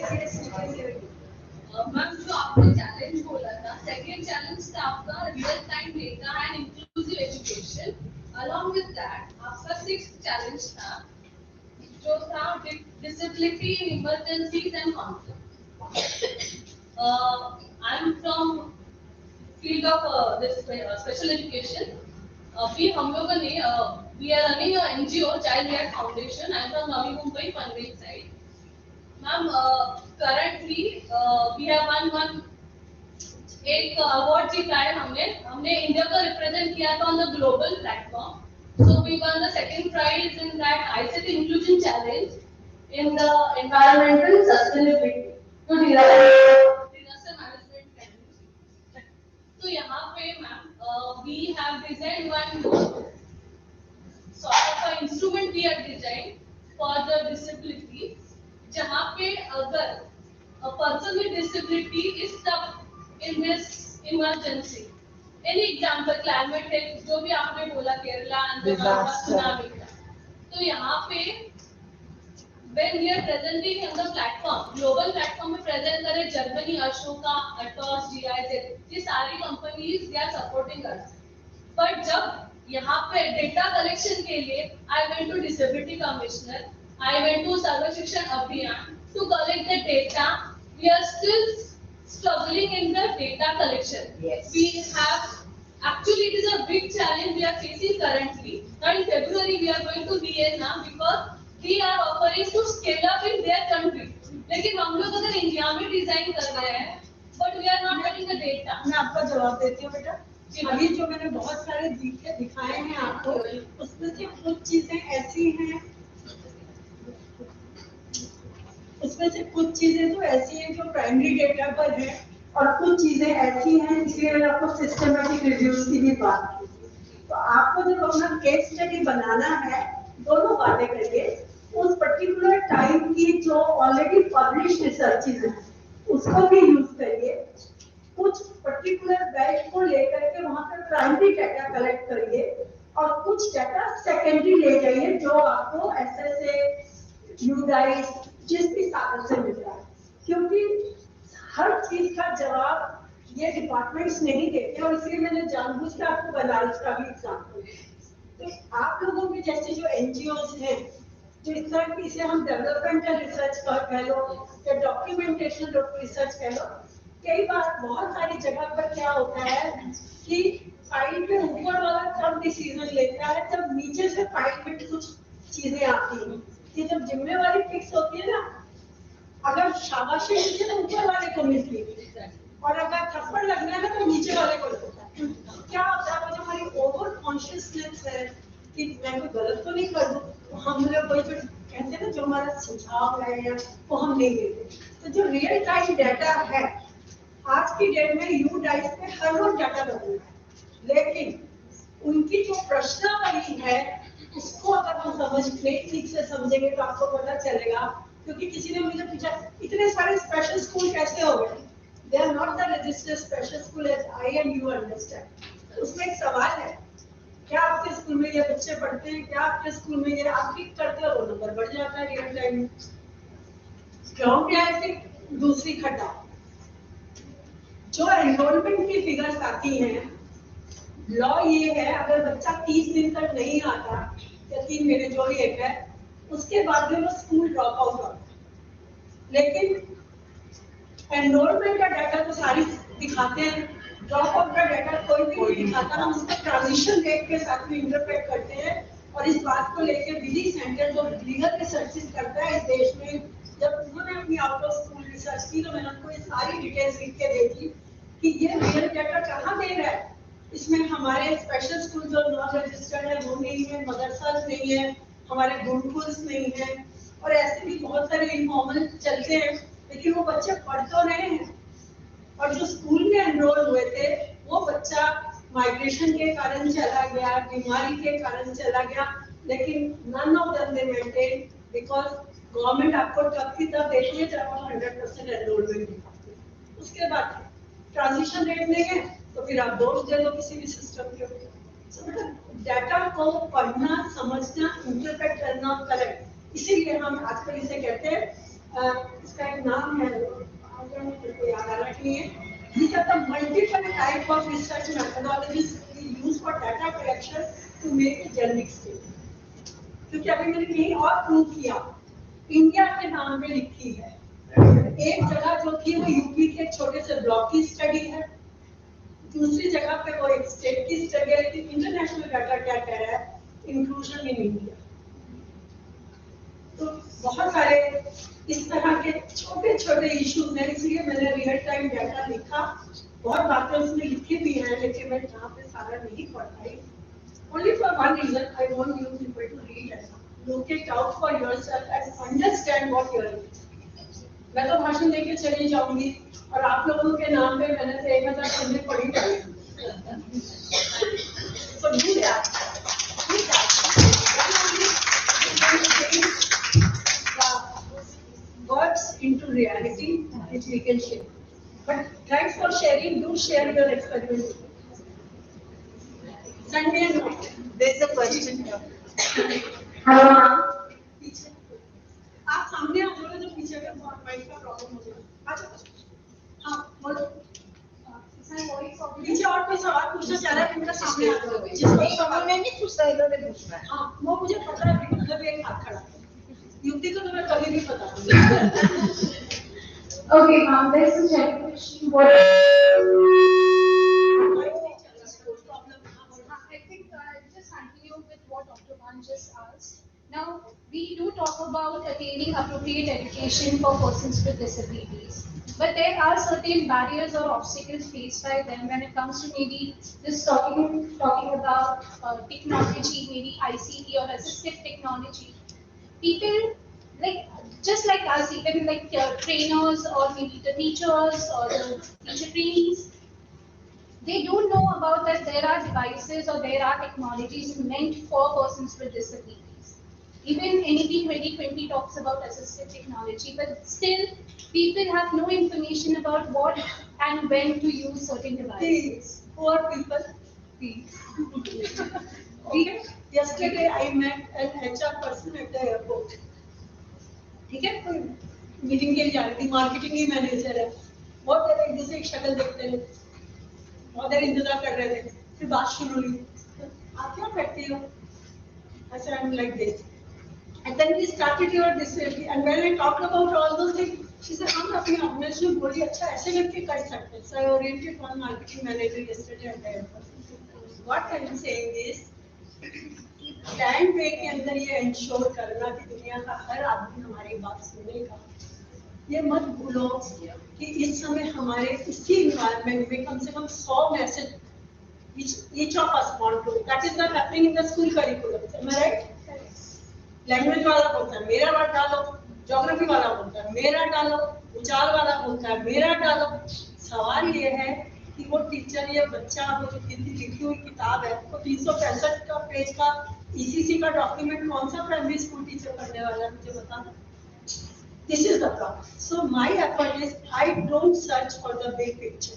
मैंने इंस्टीट्यूशनल प्लानिंग में एक ही बात सीखी कि इतने बड़े टेबल को कवर करना है तो एक बार में शायद मैं नहीं कर पाऊँ. But I don't mind start की walking like this.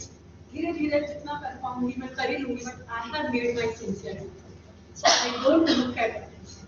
I only try. Sujata ने मुझे ये वाला काम दिया. आज तक मैं कब से उसको दुखी करके पूछ रही हूँ उसको इसका पेपर भी बनाना है कि नहीं बनाना है. सो शी कैन इमेजिन आज मैं इस स्टेट में बैठे लेकिन मैं पिछले 2 महीने से जिस दिन उसने कहा था कि आपको ये करना हो सकता है मैं उस दिन से इस प्रेजेंटेशन की तैयारी कर रही हूँ. That is in my hand.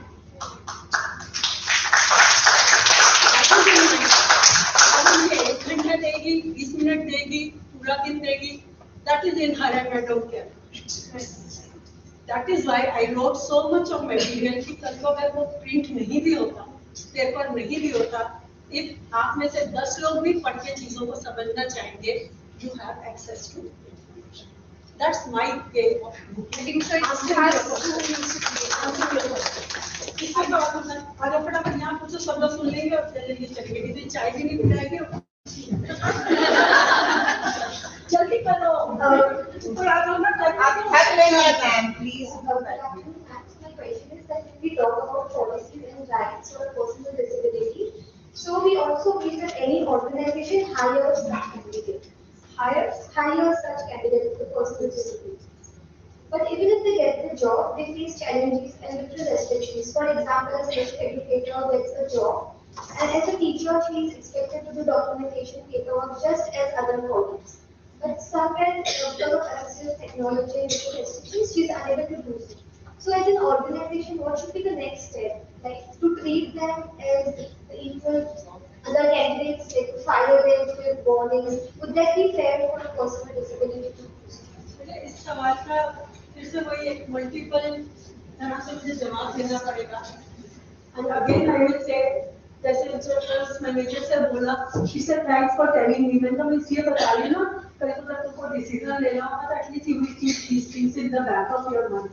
तो क्या होता है कि हम लोग केवल दूसरे से एक्सपेक्टेशंस करते हैं, लेकिन कई बार दूसरे को ये नहीं पता होता कि आपके साथ कैसे करना है। इसलिए हायर एजुकेशन में अनीता इज ऑल्सो है। Kavita when we started working you know we also say जो छोटे बच्चे होते हैं तब एक बात होती है, लेकिन जैसे जैसे हम उम्र में बड़े होते अपनी अपनी डिसेबिलिटी के साथ में कोप अप करने लगते हैं, our job is also to tell the other person how I can perform better if you do this. ये जो एक सेंटेंस है, इसलिए मैंने वो हाथ सीढ़ी उठाने वाला एग्जांपल दिया। Until unless I tell them, how will they know कि this old lady needs help? Am I right? तो यही वाली बात चाहे स्पेशल एजुकेटर की है, चाहे एम्प्लॉयर की है, एम्प्लॉय की है, we need to tell कि मैं तुम्हारी दया लेने नहीं आया हूँ।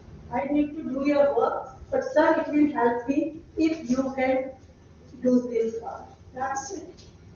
सिर्फ इतना सा कम्युनिकेशन चाहिए, लेकिन हमको लगता है वो बॉस है इसलिए हम क्यों बोले, और बॉस को लगता है मैंने तो कभी देखा ही नहीं है। And that thing happens with the medical doctors also. There are patients who are able to express their needs, they get the proper treatment, and there are persons who feel shy and they don't get. इसीलिए मैंने वो जो doctor जी का example दिया, वो इसी कारण से दिया था, बिकॉज डॉक्टर को नहीं समझ में आ रहा था उनका कंसल्टेशन कैसे करें। उसकी वाइफ को समझ नहीं आ रहा था डॉक्टर को बताए कैसे, क्योंकि हस्बैंड इज टू डोमिनेटेड। वो एक कागज फेंक दिया, बहाना बना के डॉक्टर को दिखाया कि मैंने कुछ फेंका, and that change the whole implication.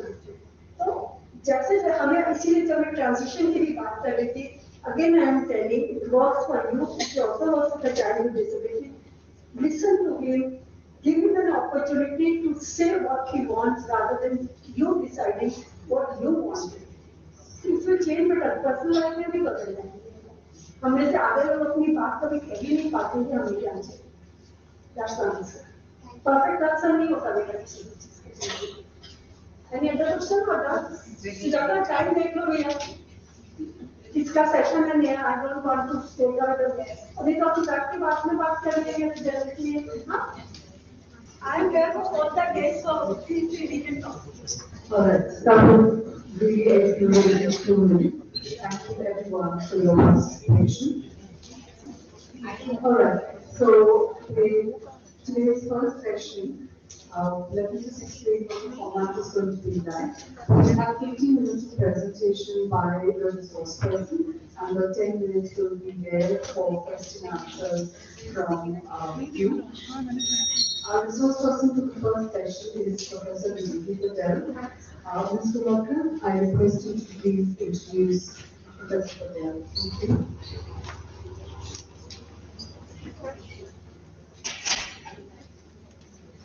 Good afternoon. I'm privileged to introduce Professor Vibhuti Patel ma'am. Professor Vibhuti Patel is currently Vice President of Indian Association for Women's Studies. She retired as Professor for Advanced Center for Women's Studies, School of Development Studies, Tata Institute of Social Sciences, Mumbai. Prior to that, she retired as Professor and Head of Economics, Department of SNDT Women's University, Mumbai. She was Director, Postgraduate Studies and Research of SNDT Women's University from 2006 to 2012. She did her doctorate in economics from University of Mumbai and was awarded a postdoctoral fellowship from Association of Commonwealth Universities in 1992 to conduct research at the London School of Economics and Political Science, UK. Her areas of specialization have been gender economics, women's studies, human rights, social movements, and gender equality. She has authored Women's Challenges of Indian Millennium 2002, co-authored Reaching for Pakistan 1985, Indian Women Change and Challenges 1985, and Status Report for ICSSR, Critical Evaluation of Women's Studies Research during 1947 to 1988 to 1989. She has edited 2 books, namely Discourse on Women and Empowerment 2009 and Girls and Girls and the Threshold of Youth and Gender 2010. She is also co-editor of a series of 15 volumes empowering women worldwide by the Women's Press, Delhi, and Gender Inequality in Paid and Unpaid Work of Women in India by Springer 2020. Professor Vibhuti Patel has been a member of various expert committees for IGNOU, Ministry of Science and Technology, and NCERT Delhi during 2005 to 2014. She prepared a case paper on gender for Mumbai Human Development Report 2009, MMRGA Human Development Report 2017, and co-authored Socio-Economic Status of Muslims in Maharashtra for Maharashtra State Minority Committee Commission, Government of Maharashtra 2013. Currently, she is governing board member of Women Power Connect Indian Council of Basic Education, Anusandhan Trust, Vacha, Women's Research and Action Group, Institute of Community Organization and Research in Mumbai, or in Vadodara. She is chairperson of Ethics Committee, IRB, of International Institute of Population Sciences, Mumbai.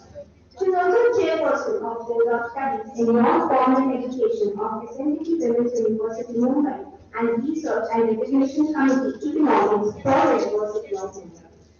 As a member of expert committee of the Working Group on Discrimination Against Women and Girls of United Nations Human Rights Council, she contributed to prepare a report on women's human rights in the changing world of women 2020. During last 3.5 decades, Professor Vibhuti Patel ma'am has presented papers and been a resource person in several national and international seminars, workshops, collaborative research projects, training programs, and conferences on economics and development studies with gender perspectives in various parts of India and abroad, including Sri Lanka, Nepal, Bangladesh, Australia, and many more. Over the last 5 decades, Professor Vibhuti Patel's work has focused on issues of intersectionality with gender development and social justice. It is indeed a pleasure to have you here today. Thank you. Thank you, Madhusha. Before we begin, we would just like to offer ma'am a token of our gratitude. I request Ms. Suki Gupta to please take the lead.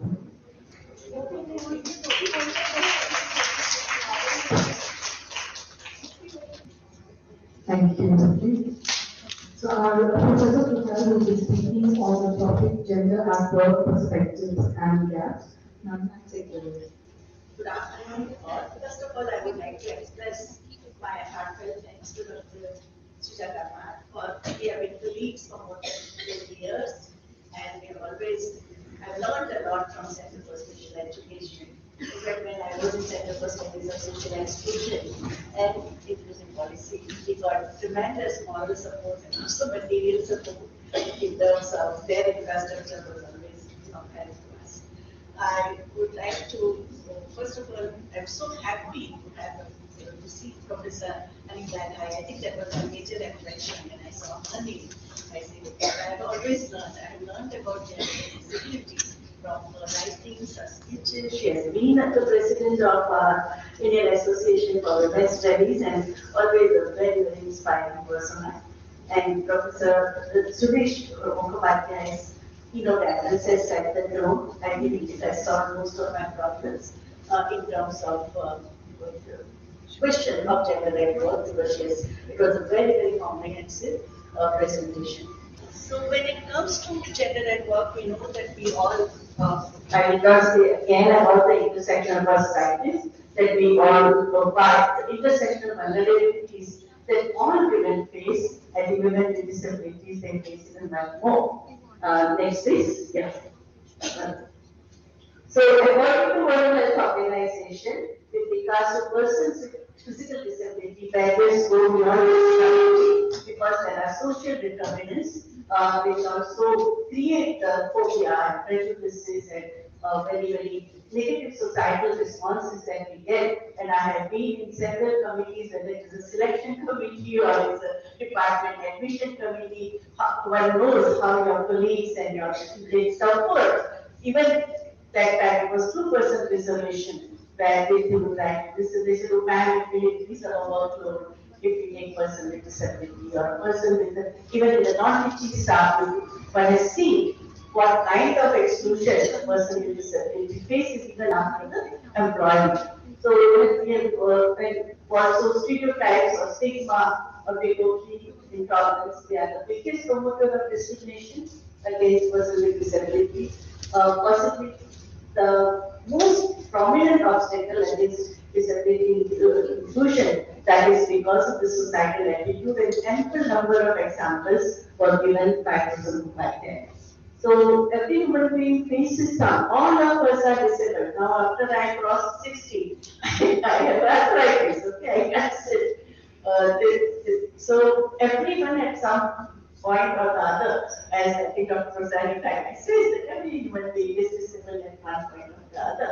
So that humility, when we start working, we don't seek that kind of inequality between human persons, and we try to use our intellectual energy, emotional energy, and whatever power that we have in terms of solidarity. So the concept is of solidarity, not a charity of philanthropy, solidarity of the rights. And these rights are enshrined in Constitution of India, these rights are enshrined in the new laws that we have come across, but at an operational level, we face so many difficulties. Next, please.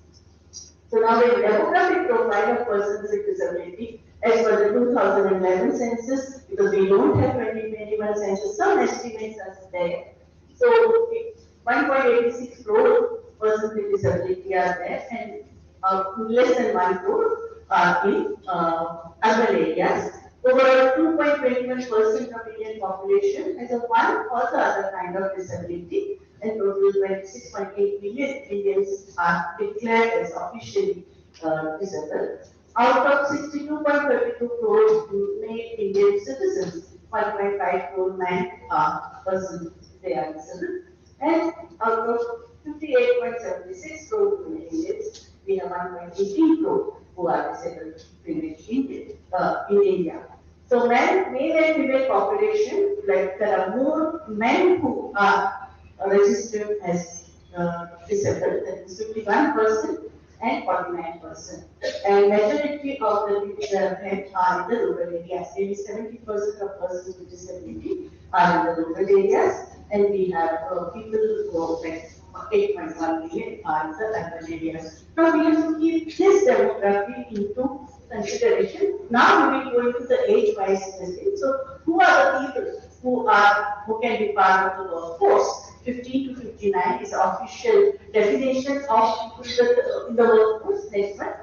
So we see that the demographic profile, this is, and here we see that the different types of disability. You have impairment in seeing, you have 90% of population. Among the total disabled person, we have people who have visual impairment, 90%, hearing impairment, another 19%, the speech problems is 7%, movement problems, they have 20%, so 1/5 of the disabled population, they have a problem with the movement, and mental retardation should not be the term used, but official data is still using that term, and mental illness is 3%. And for the first time in the Union Budget of India, we have 740 crores allocated for dealing with mental health issues, and this is the recognition, and especially because of the pandemic, in the last 2 years, we have faced so much social isolation, and there have been so many other stressors that there is official acknowledgement and allocation of resources. Allocation of resources is very important. I did not tell you because Dr. Sujata is facing so many difficulties in even getting the resources. Even in this women's university, in principle, in theory, we all accept that we need to create a disabled-friendly ecosystem, disabled-friendly infrastructure. Even in the NAC criteria, it is included. But when it comes to allocating funds, functions, and functionaries, we all back out. The authorities back out. So that is also a problem. So it is not a question of resources. You have 40 crore rupees. Let us see at the end of the year whether how much will it be utilized. 10%, 50%, 30%.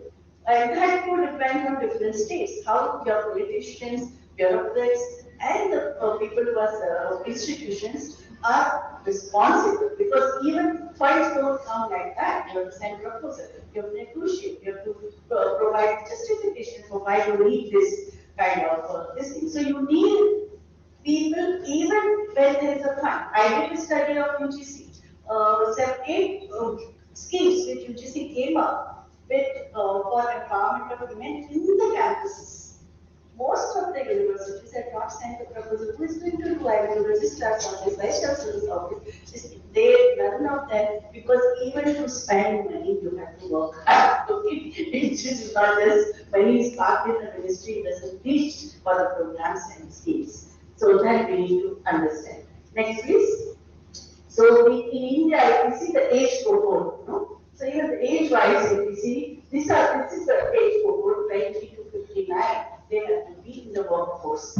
So you hardly see 18% of the persons with disability who are in the workforce. So you can see that the percentage of is highest in the person with disability is the highest in 10 to 19 years and 20 to 29 years, and only 18% and also 23% they are elderly. But otherwise, those who are in the work group, from 50 to 59 age group, they have been provided opportunity, have been provided that kind of democratic space, education skills, and also the hiring policies of the organization. The moment like you sit in a selection committee and there is a visually impaired person who lost eyesight due to car accident, that person is qualified. He has everything, he has a talking computer, but then you are totally isolated in the selection committee because 7 members of the selection committee don't want him. They said no, and they said that it will increase the department's workload because that he will only be able to give lecture. Rest of the time, rest of the work will have to be done by the other colleagues. So somehow or other they try to dissuade you from selecting a person even when there is reservation. Next please. So educational opportunities, when we say that, I think I did not tell more because I think my previous speakers in the keynote address it has been highlighted. So, but what is CC, the macro data, that metadata we talked about? 62% men and 45% women are literate. That is, the definition of literacy is a person who can sign his name or who can write the name. So that doesn't mean that you will be able to get a second job. In the rural areas, 49% persons with different disability, they are literate, and in city, they are 67% are literate, but this is a very, very limited definition of what. It's not that they may not be able to read or write, but they may not have any equipment which can make them effective in their day-to-day work. So, 54% people with multiple disabilities, they have never attended any educational institution. That means we don't have educational infrastructure. Even in the city of Mumbai, there is tremendously inadequate educational institutions. Also, people in the basti, all these children with disabilities, they are the ones who are looked after by the NGOs, whether it's the Pratham or Vacha or this Udan or Sahyog. These are the organizations, because formal schooling they can't access. First of all, there is a tremendous shortage of teachers. Even when you start a special education center in your school, you don't get a qualified teacher. So opting for this kind of specialization, I think we need to create a more congenial atmosphere and more advocacy needs to be done to see to it that the bright, young, motivated teachers, they also enroll themselves for the courses in special education. Next, please. So education status of persons with disability, we say 38% are totally illiterate, 16% of disabled male population, they have a metric or secondary education, and 9% of men are disabled illiterate are graduates. That means this cohort, they can be easily adopted, employed in the manufacturing sector, whether it's a medium and small scale industry, or it is a cottage industry, or is according to their ability. We must learn from countries like Vietnam. When Vietnam got independence, Vietnam had a revolution succeeded in 1975. 40% of Vietnamese population was completely disabled. Either they did not have limb or leg or eyesight. Why? Because of the bombarding by American imperialism. They were throwing napalm bomb, which had created tremendous disability. But still, the country saw to it that each and every citizen had self-actualization. They were employed according to their ways of, according to their ability to do things. Because everyone, if you are disabled in one aspect, you are able in the other aspect, you are very articulate, so you can be good teacher. So that type of policy we need to have. About 9% of male disabled graduates are then graduates, that is, they can be in the white collar job, they can be in the offices, and they can work. While when it comes to women, illiteracy among disabled women is much, much higher. More than half of women with disability are illiterate, 55%, and 9% of them, they have a metric or secondary education, and they are but they are not graduates, and only 3% of women with disability have graduation degree. So that is there. About 7.7% of women disabled, they are literate, and they are graduates. So total literacy plus graduation that you have is only 7.7% of it. Next page. So the barriers, I think about which Dr. Manesh told us a lot. Manali's famous quotation where everyone they say that how to stereotype stigma and devotee. They are the ones who suffered all the efforts that the state is making in terms of progressive legislations or in terms of allocation of human resources. Even when resources are there, they are not being utilized.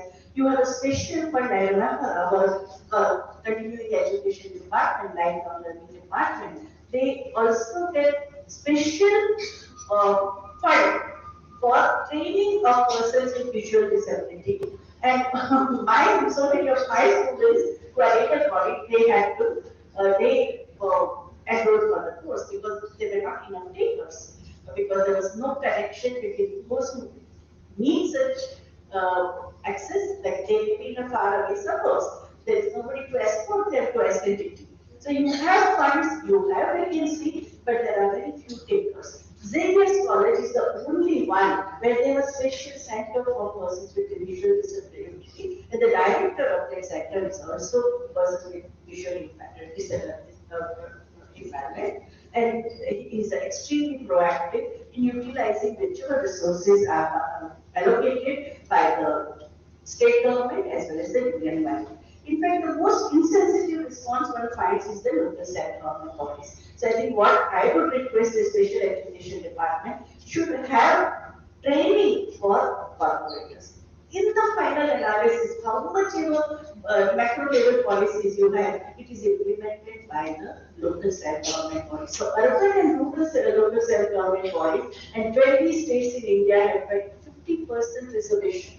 So you have 50% women who are elected representatives, and we have to do, because I have been doing gender responsive budgeting of the elected representatives since 1994.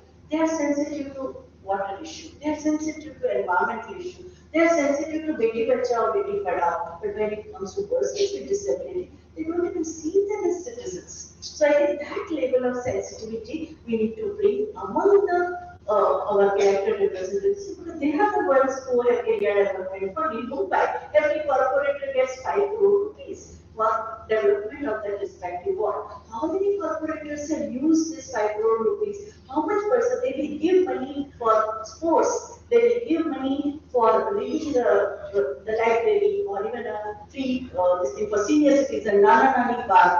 All that they give. But when it comes to disability friendly vehicles, even in BST, otherwise it's very progressive. But do you have any disability friendly vehicles? So it is not a question of not having resources. We also have resources, we also have technology, but we consider it as a priority. That becomes very important. The moment you have that mobility issue is solved, so many qualified persons with disability will be able to avail all the facilities and also will be able to fill up this quota. Now it is 4% of quota. That is, they will be able to fill up the quota. Because I have seen in selection committee, first of all, there are hardly any applications. And if there are applications, the mindset of the selection committee members is so much prejudice to get them to your institute. So attitude that measure that is intentional or accidental. So many times there is a totally wrong notion about the productivity, ability, efficiency, emotional quotient of disabled people. There are so many stereotypes which are prevailing, so we need to counter them. So myths about the person with disability we need to counter and also generate not only attitude managing, but systems and structures. The moment you have systems and structures which are sensitive, gender responsive, then it is like the kind of toilet blocks that you have. I just gender consultant for PWD of Maharashtra, and they are building 1,200 kilometer road passing through 12 districts. And these civil engineers, they are, otherwise they are honest, they are not, I don't say they are kind of friendly, but there is a complete insensitivity towards this. Just you have a ramp at the bus stop. How much is it going to cost this regular budget is of 60,000 crores and all? But that is a quite fully, it's one or two person. I think it can be taken as a like conversion. Can you talk like that?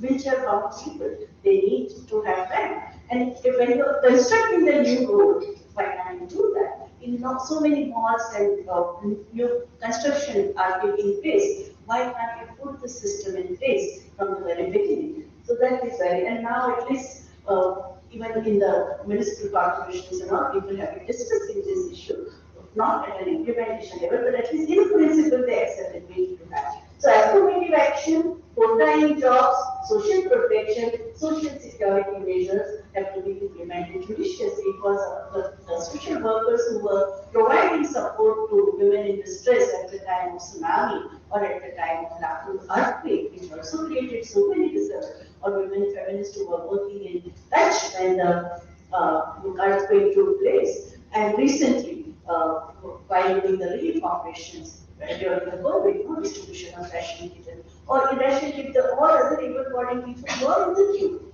and they could just grab on the ration kit. It had to be social workers had to be extra sensitive to understand that the person in the corner is not able to walk in. You have to go there and give your ration kit. So this kind of affirmative actions for the kind of historical injustices that the disabled population has faced, we need to see. We need to speak and write. We should make it a mission to write on these issues, because there are so many uncomfortable truths also should come up. I don't think always we need to give a rosy picture. Yes, we are optimists. Otherwise, why would we be in this field? So we are optimists, but we need to write, speak and write about this discrimination in the selection committee or in the job interviews, in the transport system, and also educational institutions. Wherever we see this discrimination, we should use our lung power, we should use our tongue power, we should use our power of pen. It's very important. So physical barriers that we face, and I think about which a lot has been said also, that non-availability of rank or inadequate medical equipment, or some of the this thing not having adequate books in braille. So accessibility has solved that problem. That in my department, when a girl applied, she was visually impaired. We announced in the class who would be the reader for 2 or 3 hours a day would read. In university also we have an earn and learn program. So after your lectures, 4 hours if you work, then you also get money from the university. Nominal side of 5,000 rupees that they get. So this is how we solve the problem. Otherwise now we have technology. So many colleges have now talking computers. IIT has also come up with. There are books which are also available. Which are audiobooks are available. So I think creating more and more resources like that becomes very important. And also that the verification case where the international parametric was not allowed to formatting because the companies thought that to use their license if anything goes wrong. So that is there. Dr. Anita Rai has also raised a very, very important issue of people not being allowed, persons with disability not being allowed to board train. And I think these incidences have been reported by media. So that sensitivity, I think Dr. A.M. Sharma will be there tomorrow, who will tell us that how largely media has tried through that gender sensitization of people in the journalists, and then people in the advertisement industries and also the corporate world about these issues of discrimination and discrimination. Next, please. So employment matter, what is most important is that all these Fortune 500 companies, I think we need to have the way we are doing training for Bosch and internal complaints committee, or we are all the service schools and all, I think we need to have more and more training programs on making inclusive, the gender inclusive workplace. That's very important. Collective efforts to promote conducive environment in organizations for sustained growth of persons with disability. By accepting disability doesn't mean that person doesn't have talent or aptitude to do certain work. I think this is what we need to drive at to the bureaucrats and the heads of all the verticals in the corporate world. The diversity policy in hiring such person should be regarded as a value addition, not simply as a social responsibility initiative. Because I think Dr. Anita had always said, everyone needs everyone. All we have different strengths and weaknesses, and we also, A for it, Yara is the principle that when we are united, we all of us come together. So denial of employment and discrimination at workplace, refusal to admission, I think now the SCPE has created helplines. So I think these are the helplines, and you can also send your emails to NCPE and they take it up with the political structures and the ministries. So that is very important, and I think we should do more publicity of this kind of supporting services that happen. Next, please.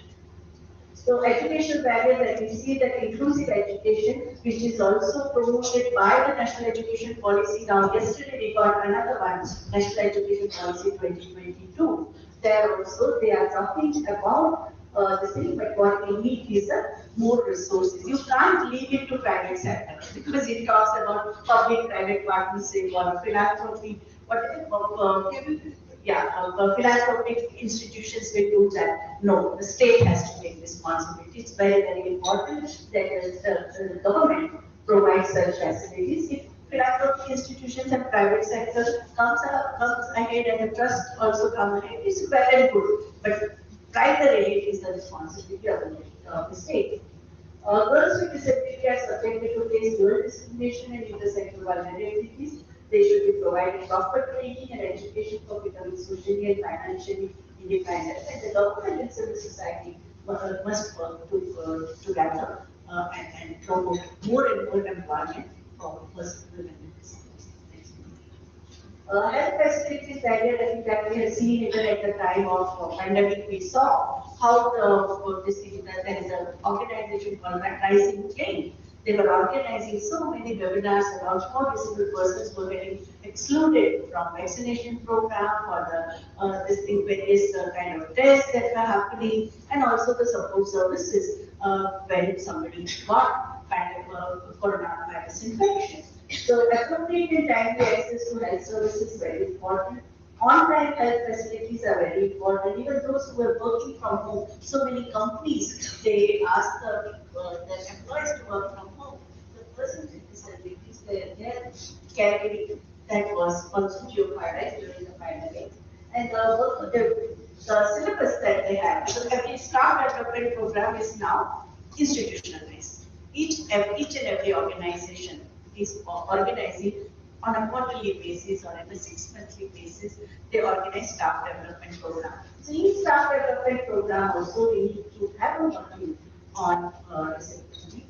Recently, yesterday there was a meeting on gender in medical education. 6 medical colleges and universities, medical universities in Maharashtra have accepted to include gender and they are updating the syllabus because the current existing medical education is totally gender blind or misogynist. But even in that, the 10 or 12 new modules which they have suggested did not have a module on disability.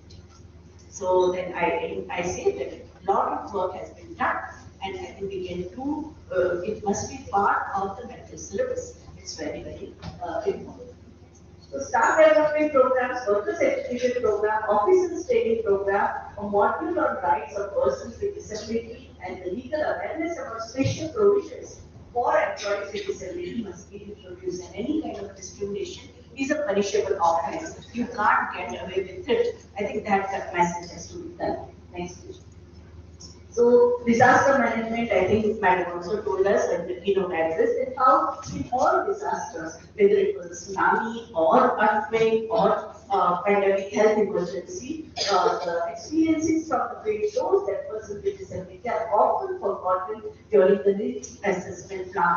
Because the risk assessment plan is very important. Those of you who are background in economics would know that whenever we do, I know the budgeting, so even after the 2005 deluge of Mumbai city, when the disaster management budget is made, you take care of, say, the floods, how will the bastis or the slums will be affected, how will the transport be affected, how will the suburban railways will be affected. But have you, in the risk assessment plan, have you come up with a program that what would happen to the persons with disability when there are floods? So it's very important to include this in the item, and especially when it comes to women. You know that women at the time of tsunami, more women died because they could not swim. We don't teach swimming to women. But the women with disability, they also face further exclusion. Nobody was given because every time there is a crisis, we talk about triage. What is triage? Triage was the system used by at the time of Second World War. If somebody is injured or if 5-6 people are injured, the person who is most injured, to leave that person because in many cases is going to die out. So concentrate on those who are less injured. Italy did recently during the pandemic. They did not provide any support to senior citizens, those who were 70 plus, right? In any case, they are going to die. They are old people. Sweden did not provide oxygen cylinder in the old age home. Why? Because they are senior citizens. Triage system. We have limited health resources. We have limited medicine. So let us use it for children. Let us use it for elderly. So this kind of a triage is extremely poor. In fact, world has enough resources for everybody. Okay, it's a profit motive. It is a commercialization. It is the greed for more profit which has created the problem. So this kind of a triage that takes place, we need to always be as a community that this cannot be done.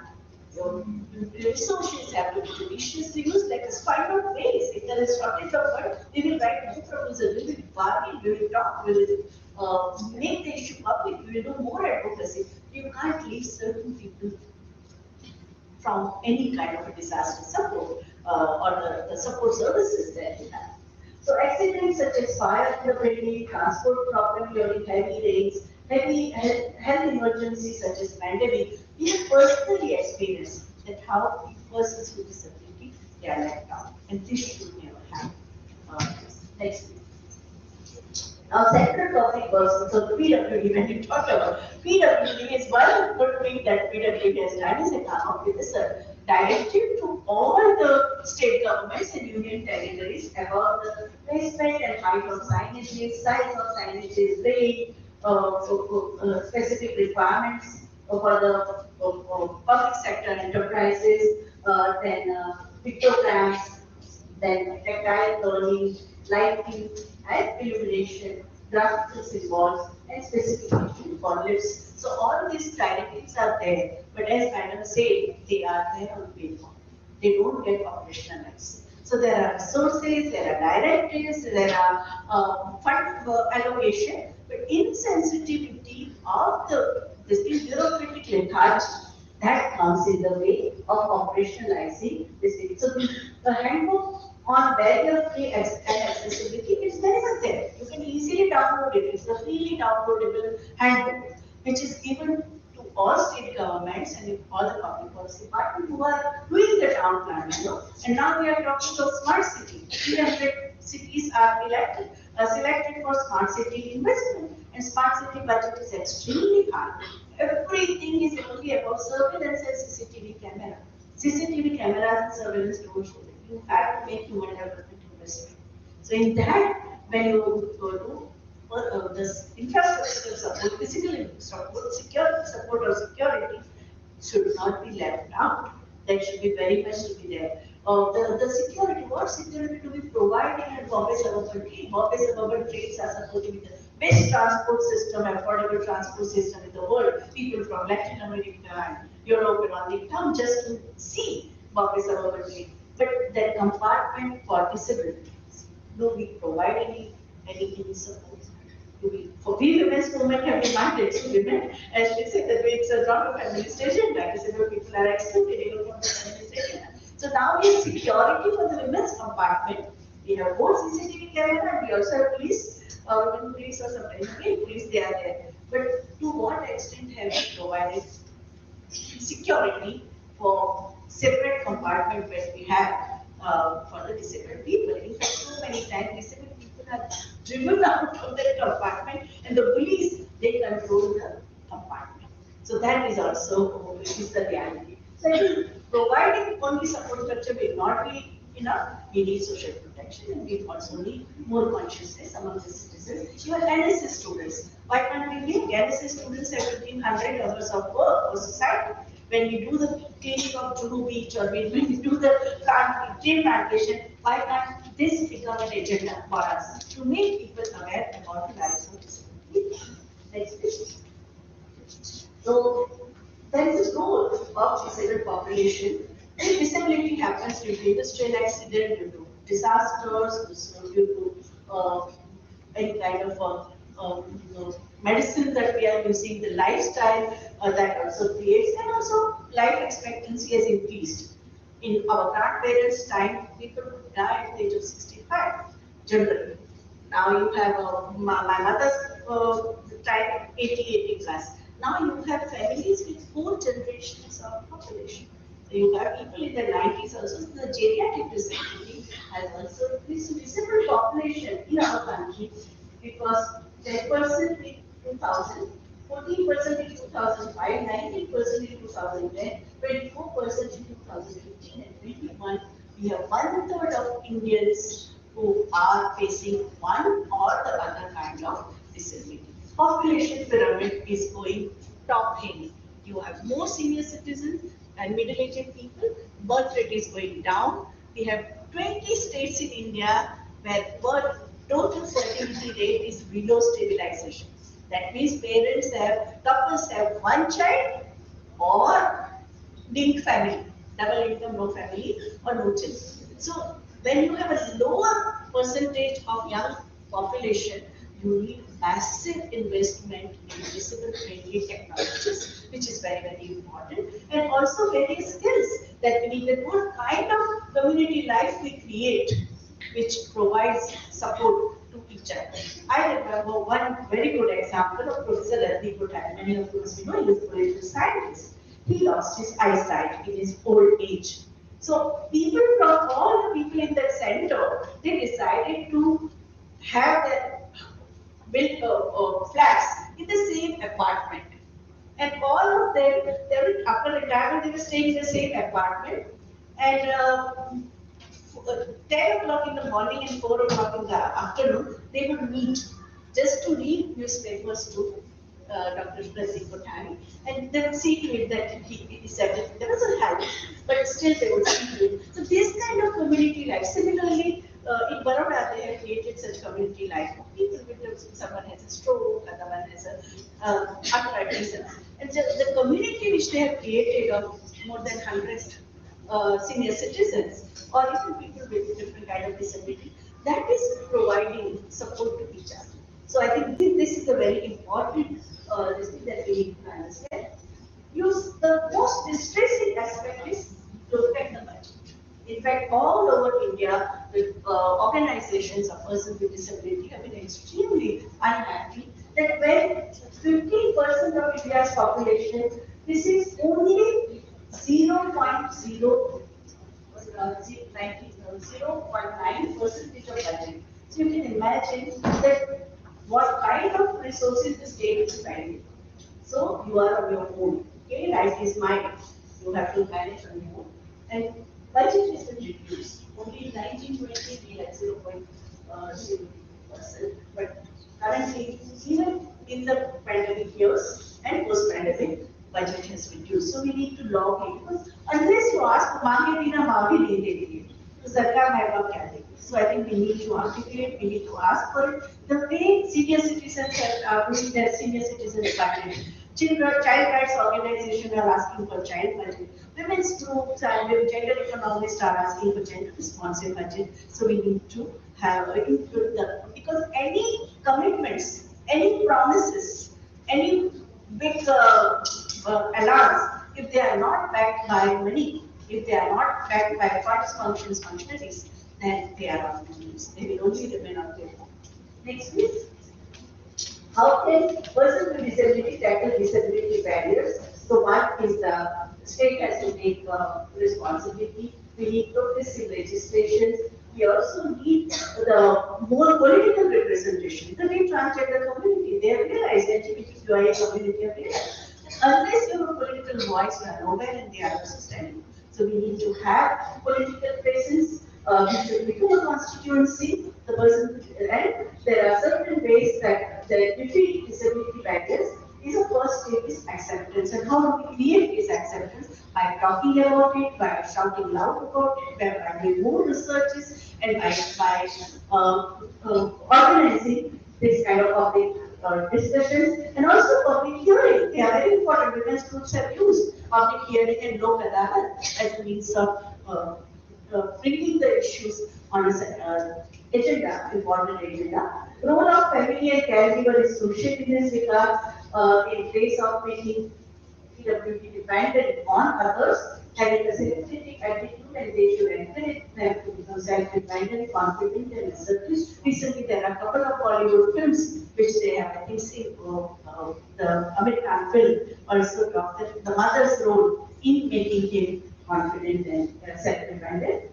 And also counseling, very important, intervention of authorities in situations that seem tough to handle without turning it into a taboo. That means, how can the authorities, sensitive authorities, they can also play a very important role in changing the mindset of employees as well as the people in decision-making bodies.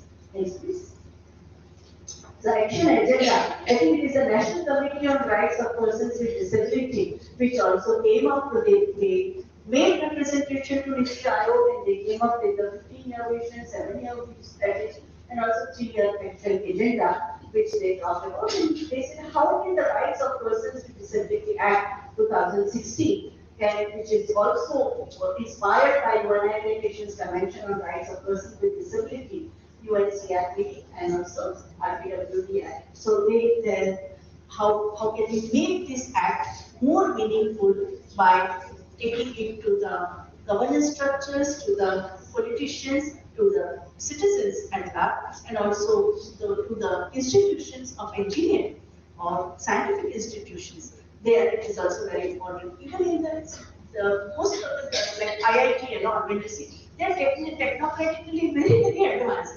When it comes to human society, they are not. So I think even in the syllabus of engineering colleges, School of Architecture, town planning department, we should include the question of governance, human development, and also specific issues of gender and disability. Next.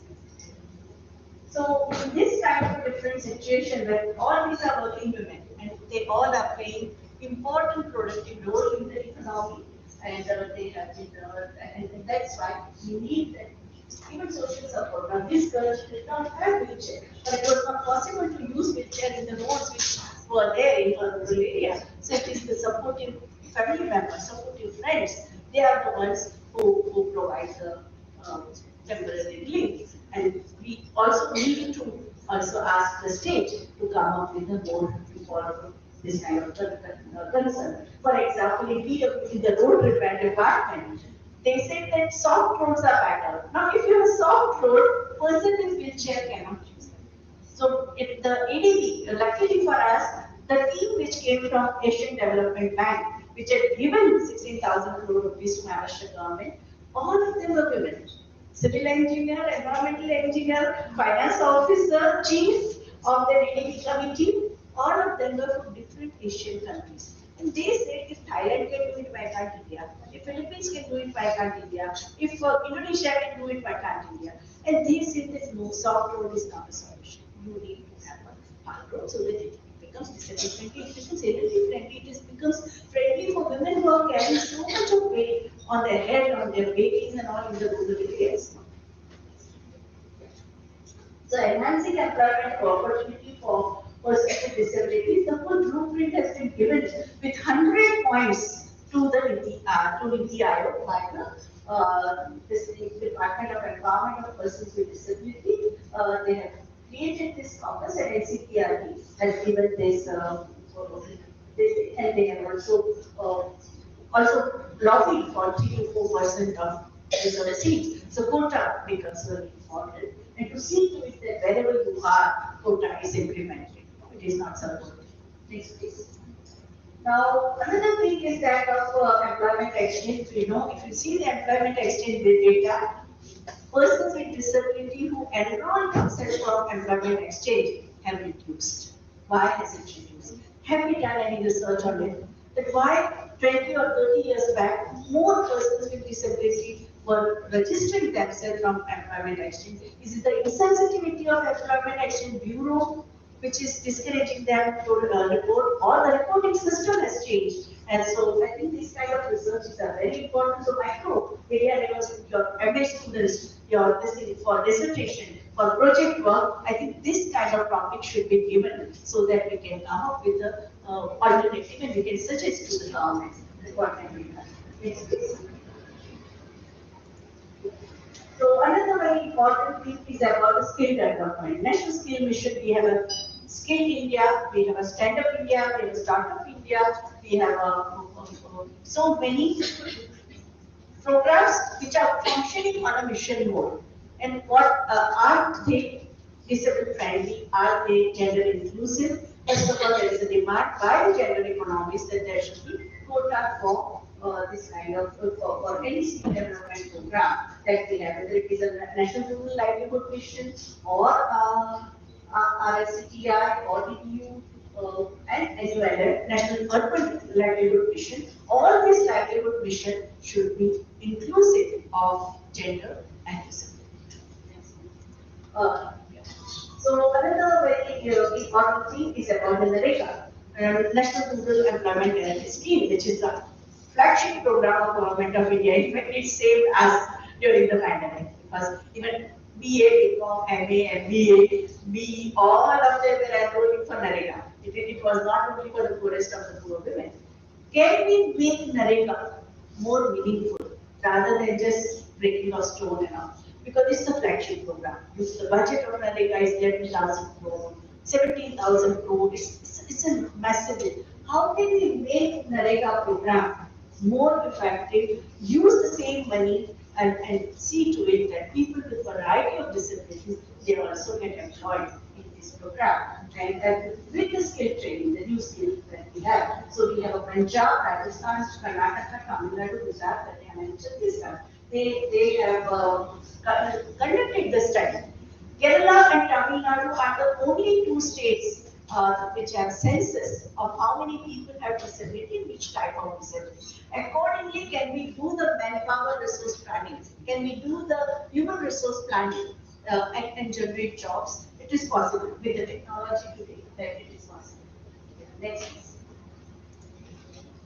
So gender and disaster risk reduction. So I think for that also, the United Nations Disaster Risk Reduction 2013 guidelines are there in all nation states. India has also accepted it. So we need to fill the quota, social protection, social security, and the Rights of Persons with Disability Act. How to implement judicious implementation is very important as visibility of disabled persons with intersectional vulnerabilities. We need to have statistics and indicators, then only we can implement the programs. Research and dissemination of findings on the best practices adopted by different states in India and in different countries, even Asian countries, countries poorer than us. Once you have a sensitivity, you use your national resources for that. So I think we should collect that so that others also get inspired. If Kerala can do, why can't Maharashtra? If Tamil Nadu can do, why can't Nagaland? So that, next week. Yeah.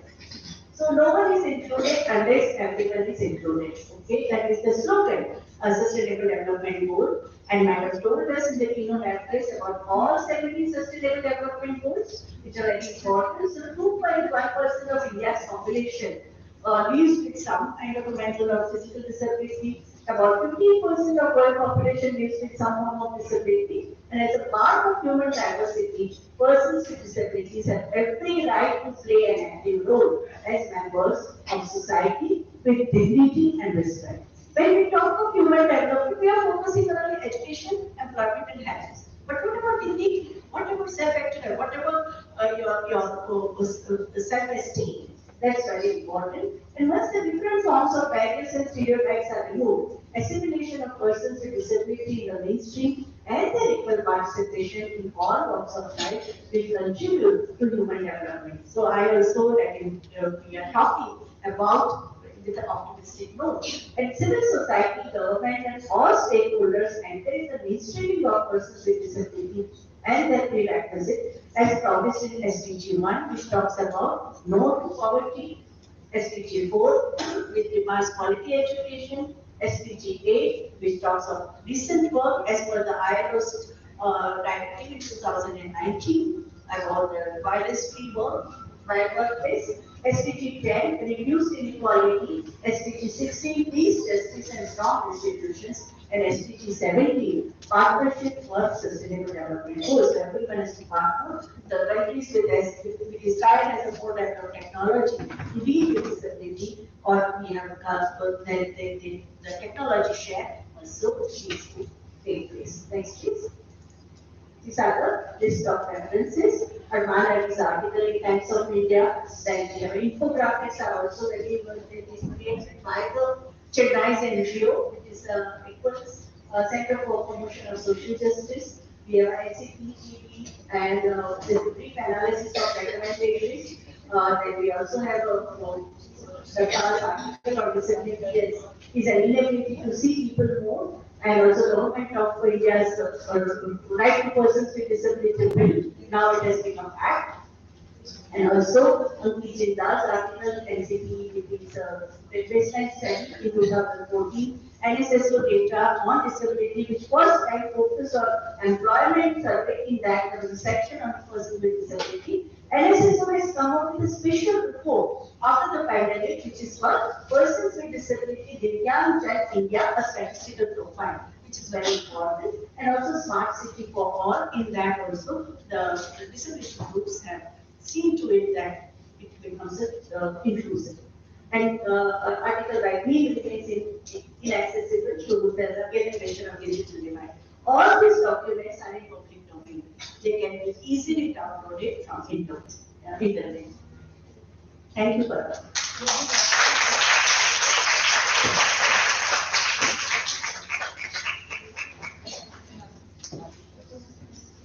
Thank you, ma'am, for the insightful journey on gender at work.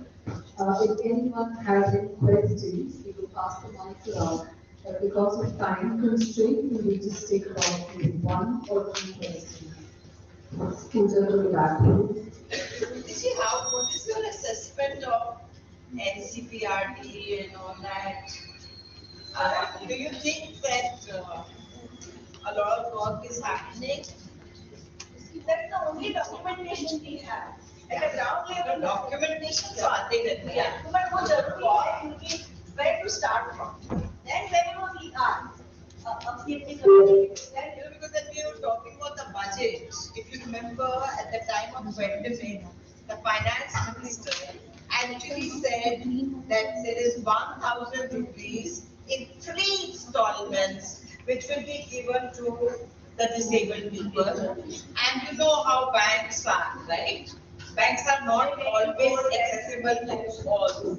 Do you know that amount, that money just went off?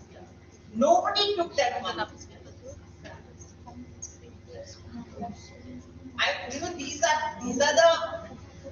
This is the tragic part of, where I think what you wrote down somewhere that disability is not on and that is serious. Yes, sir. this is the only platform you have at the national level. That's the only. So it becomes a starting point. But then I think we have to take it further because that is So who is we? who are working. I think that's a very important question. Wherever we are, whether in the community or in educational institution, in NGO, wherever we are. That's right. But we as gender economists are also fighting. You said about the ramp and all that. I've been looking at this ramp so many times since morning, and I know that I will not be able to go up there. So hierarchy, the power is there. I'm not sure whether they called us for a wooden ramp, which would have at least allowed the person to be kind of this thing. Because the thought in itself is not there. So it's like something which we need to think. Just simply writing कि rap करना है Even the entrance to this hall, we have a step. It was a great difficulty and struggle and argument that we got to do. And we have to put it back. Just yesterday, the people who control the space, they called faculty from my department, make sure that you put it back. Not realizing tomorrow there could be somebody else, why do we need it there? It's a question of power. It's not a question of what is there and what is not there. It's a question of power. Earlier it was not there, no, nothing was there. नहीं, power अभी भी है. Power से लड़ाई Yeah, exactly. उसी के हिसाब से ही चल रही है. सही बता. That is very true. That's what my question was. Like we have it on paper, we have these institutes, organizations, policies. But how much does it reach? Madam government solar के मेरे पेपर पे वो भी नहीं था. आता. ये कैसे मिलेगा? At least something. If you are there, but we have the mandates. We can break our head in these 20 ये years. एग्जाम में अलग अलग जाना तो now we can do it confidently because it is there on paper. But it's still not. ना करें it's still not. कोई भी जवाब नहीं कर देगा मैडम इसको आधा घंटा ज्यादा दे दिया ऐसा. But now it is there in place where at least you have something. Then fight for it. So legal And I extend even my meeting को deliver the meeting उसका signature delivery हो गया. He said मैं आपका pay to send the marks you can pay the fees. So मैंने उसको These are difficult questions. मिला के आशा With responded and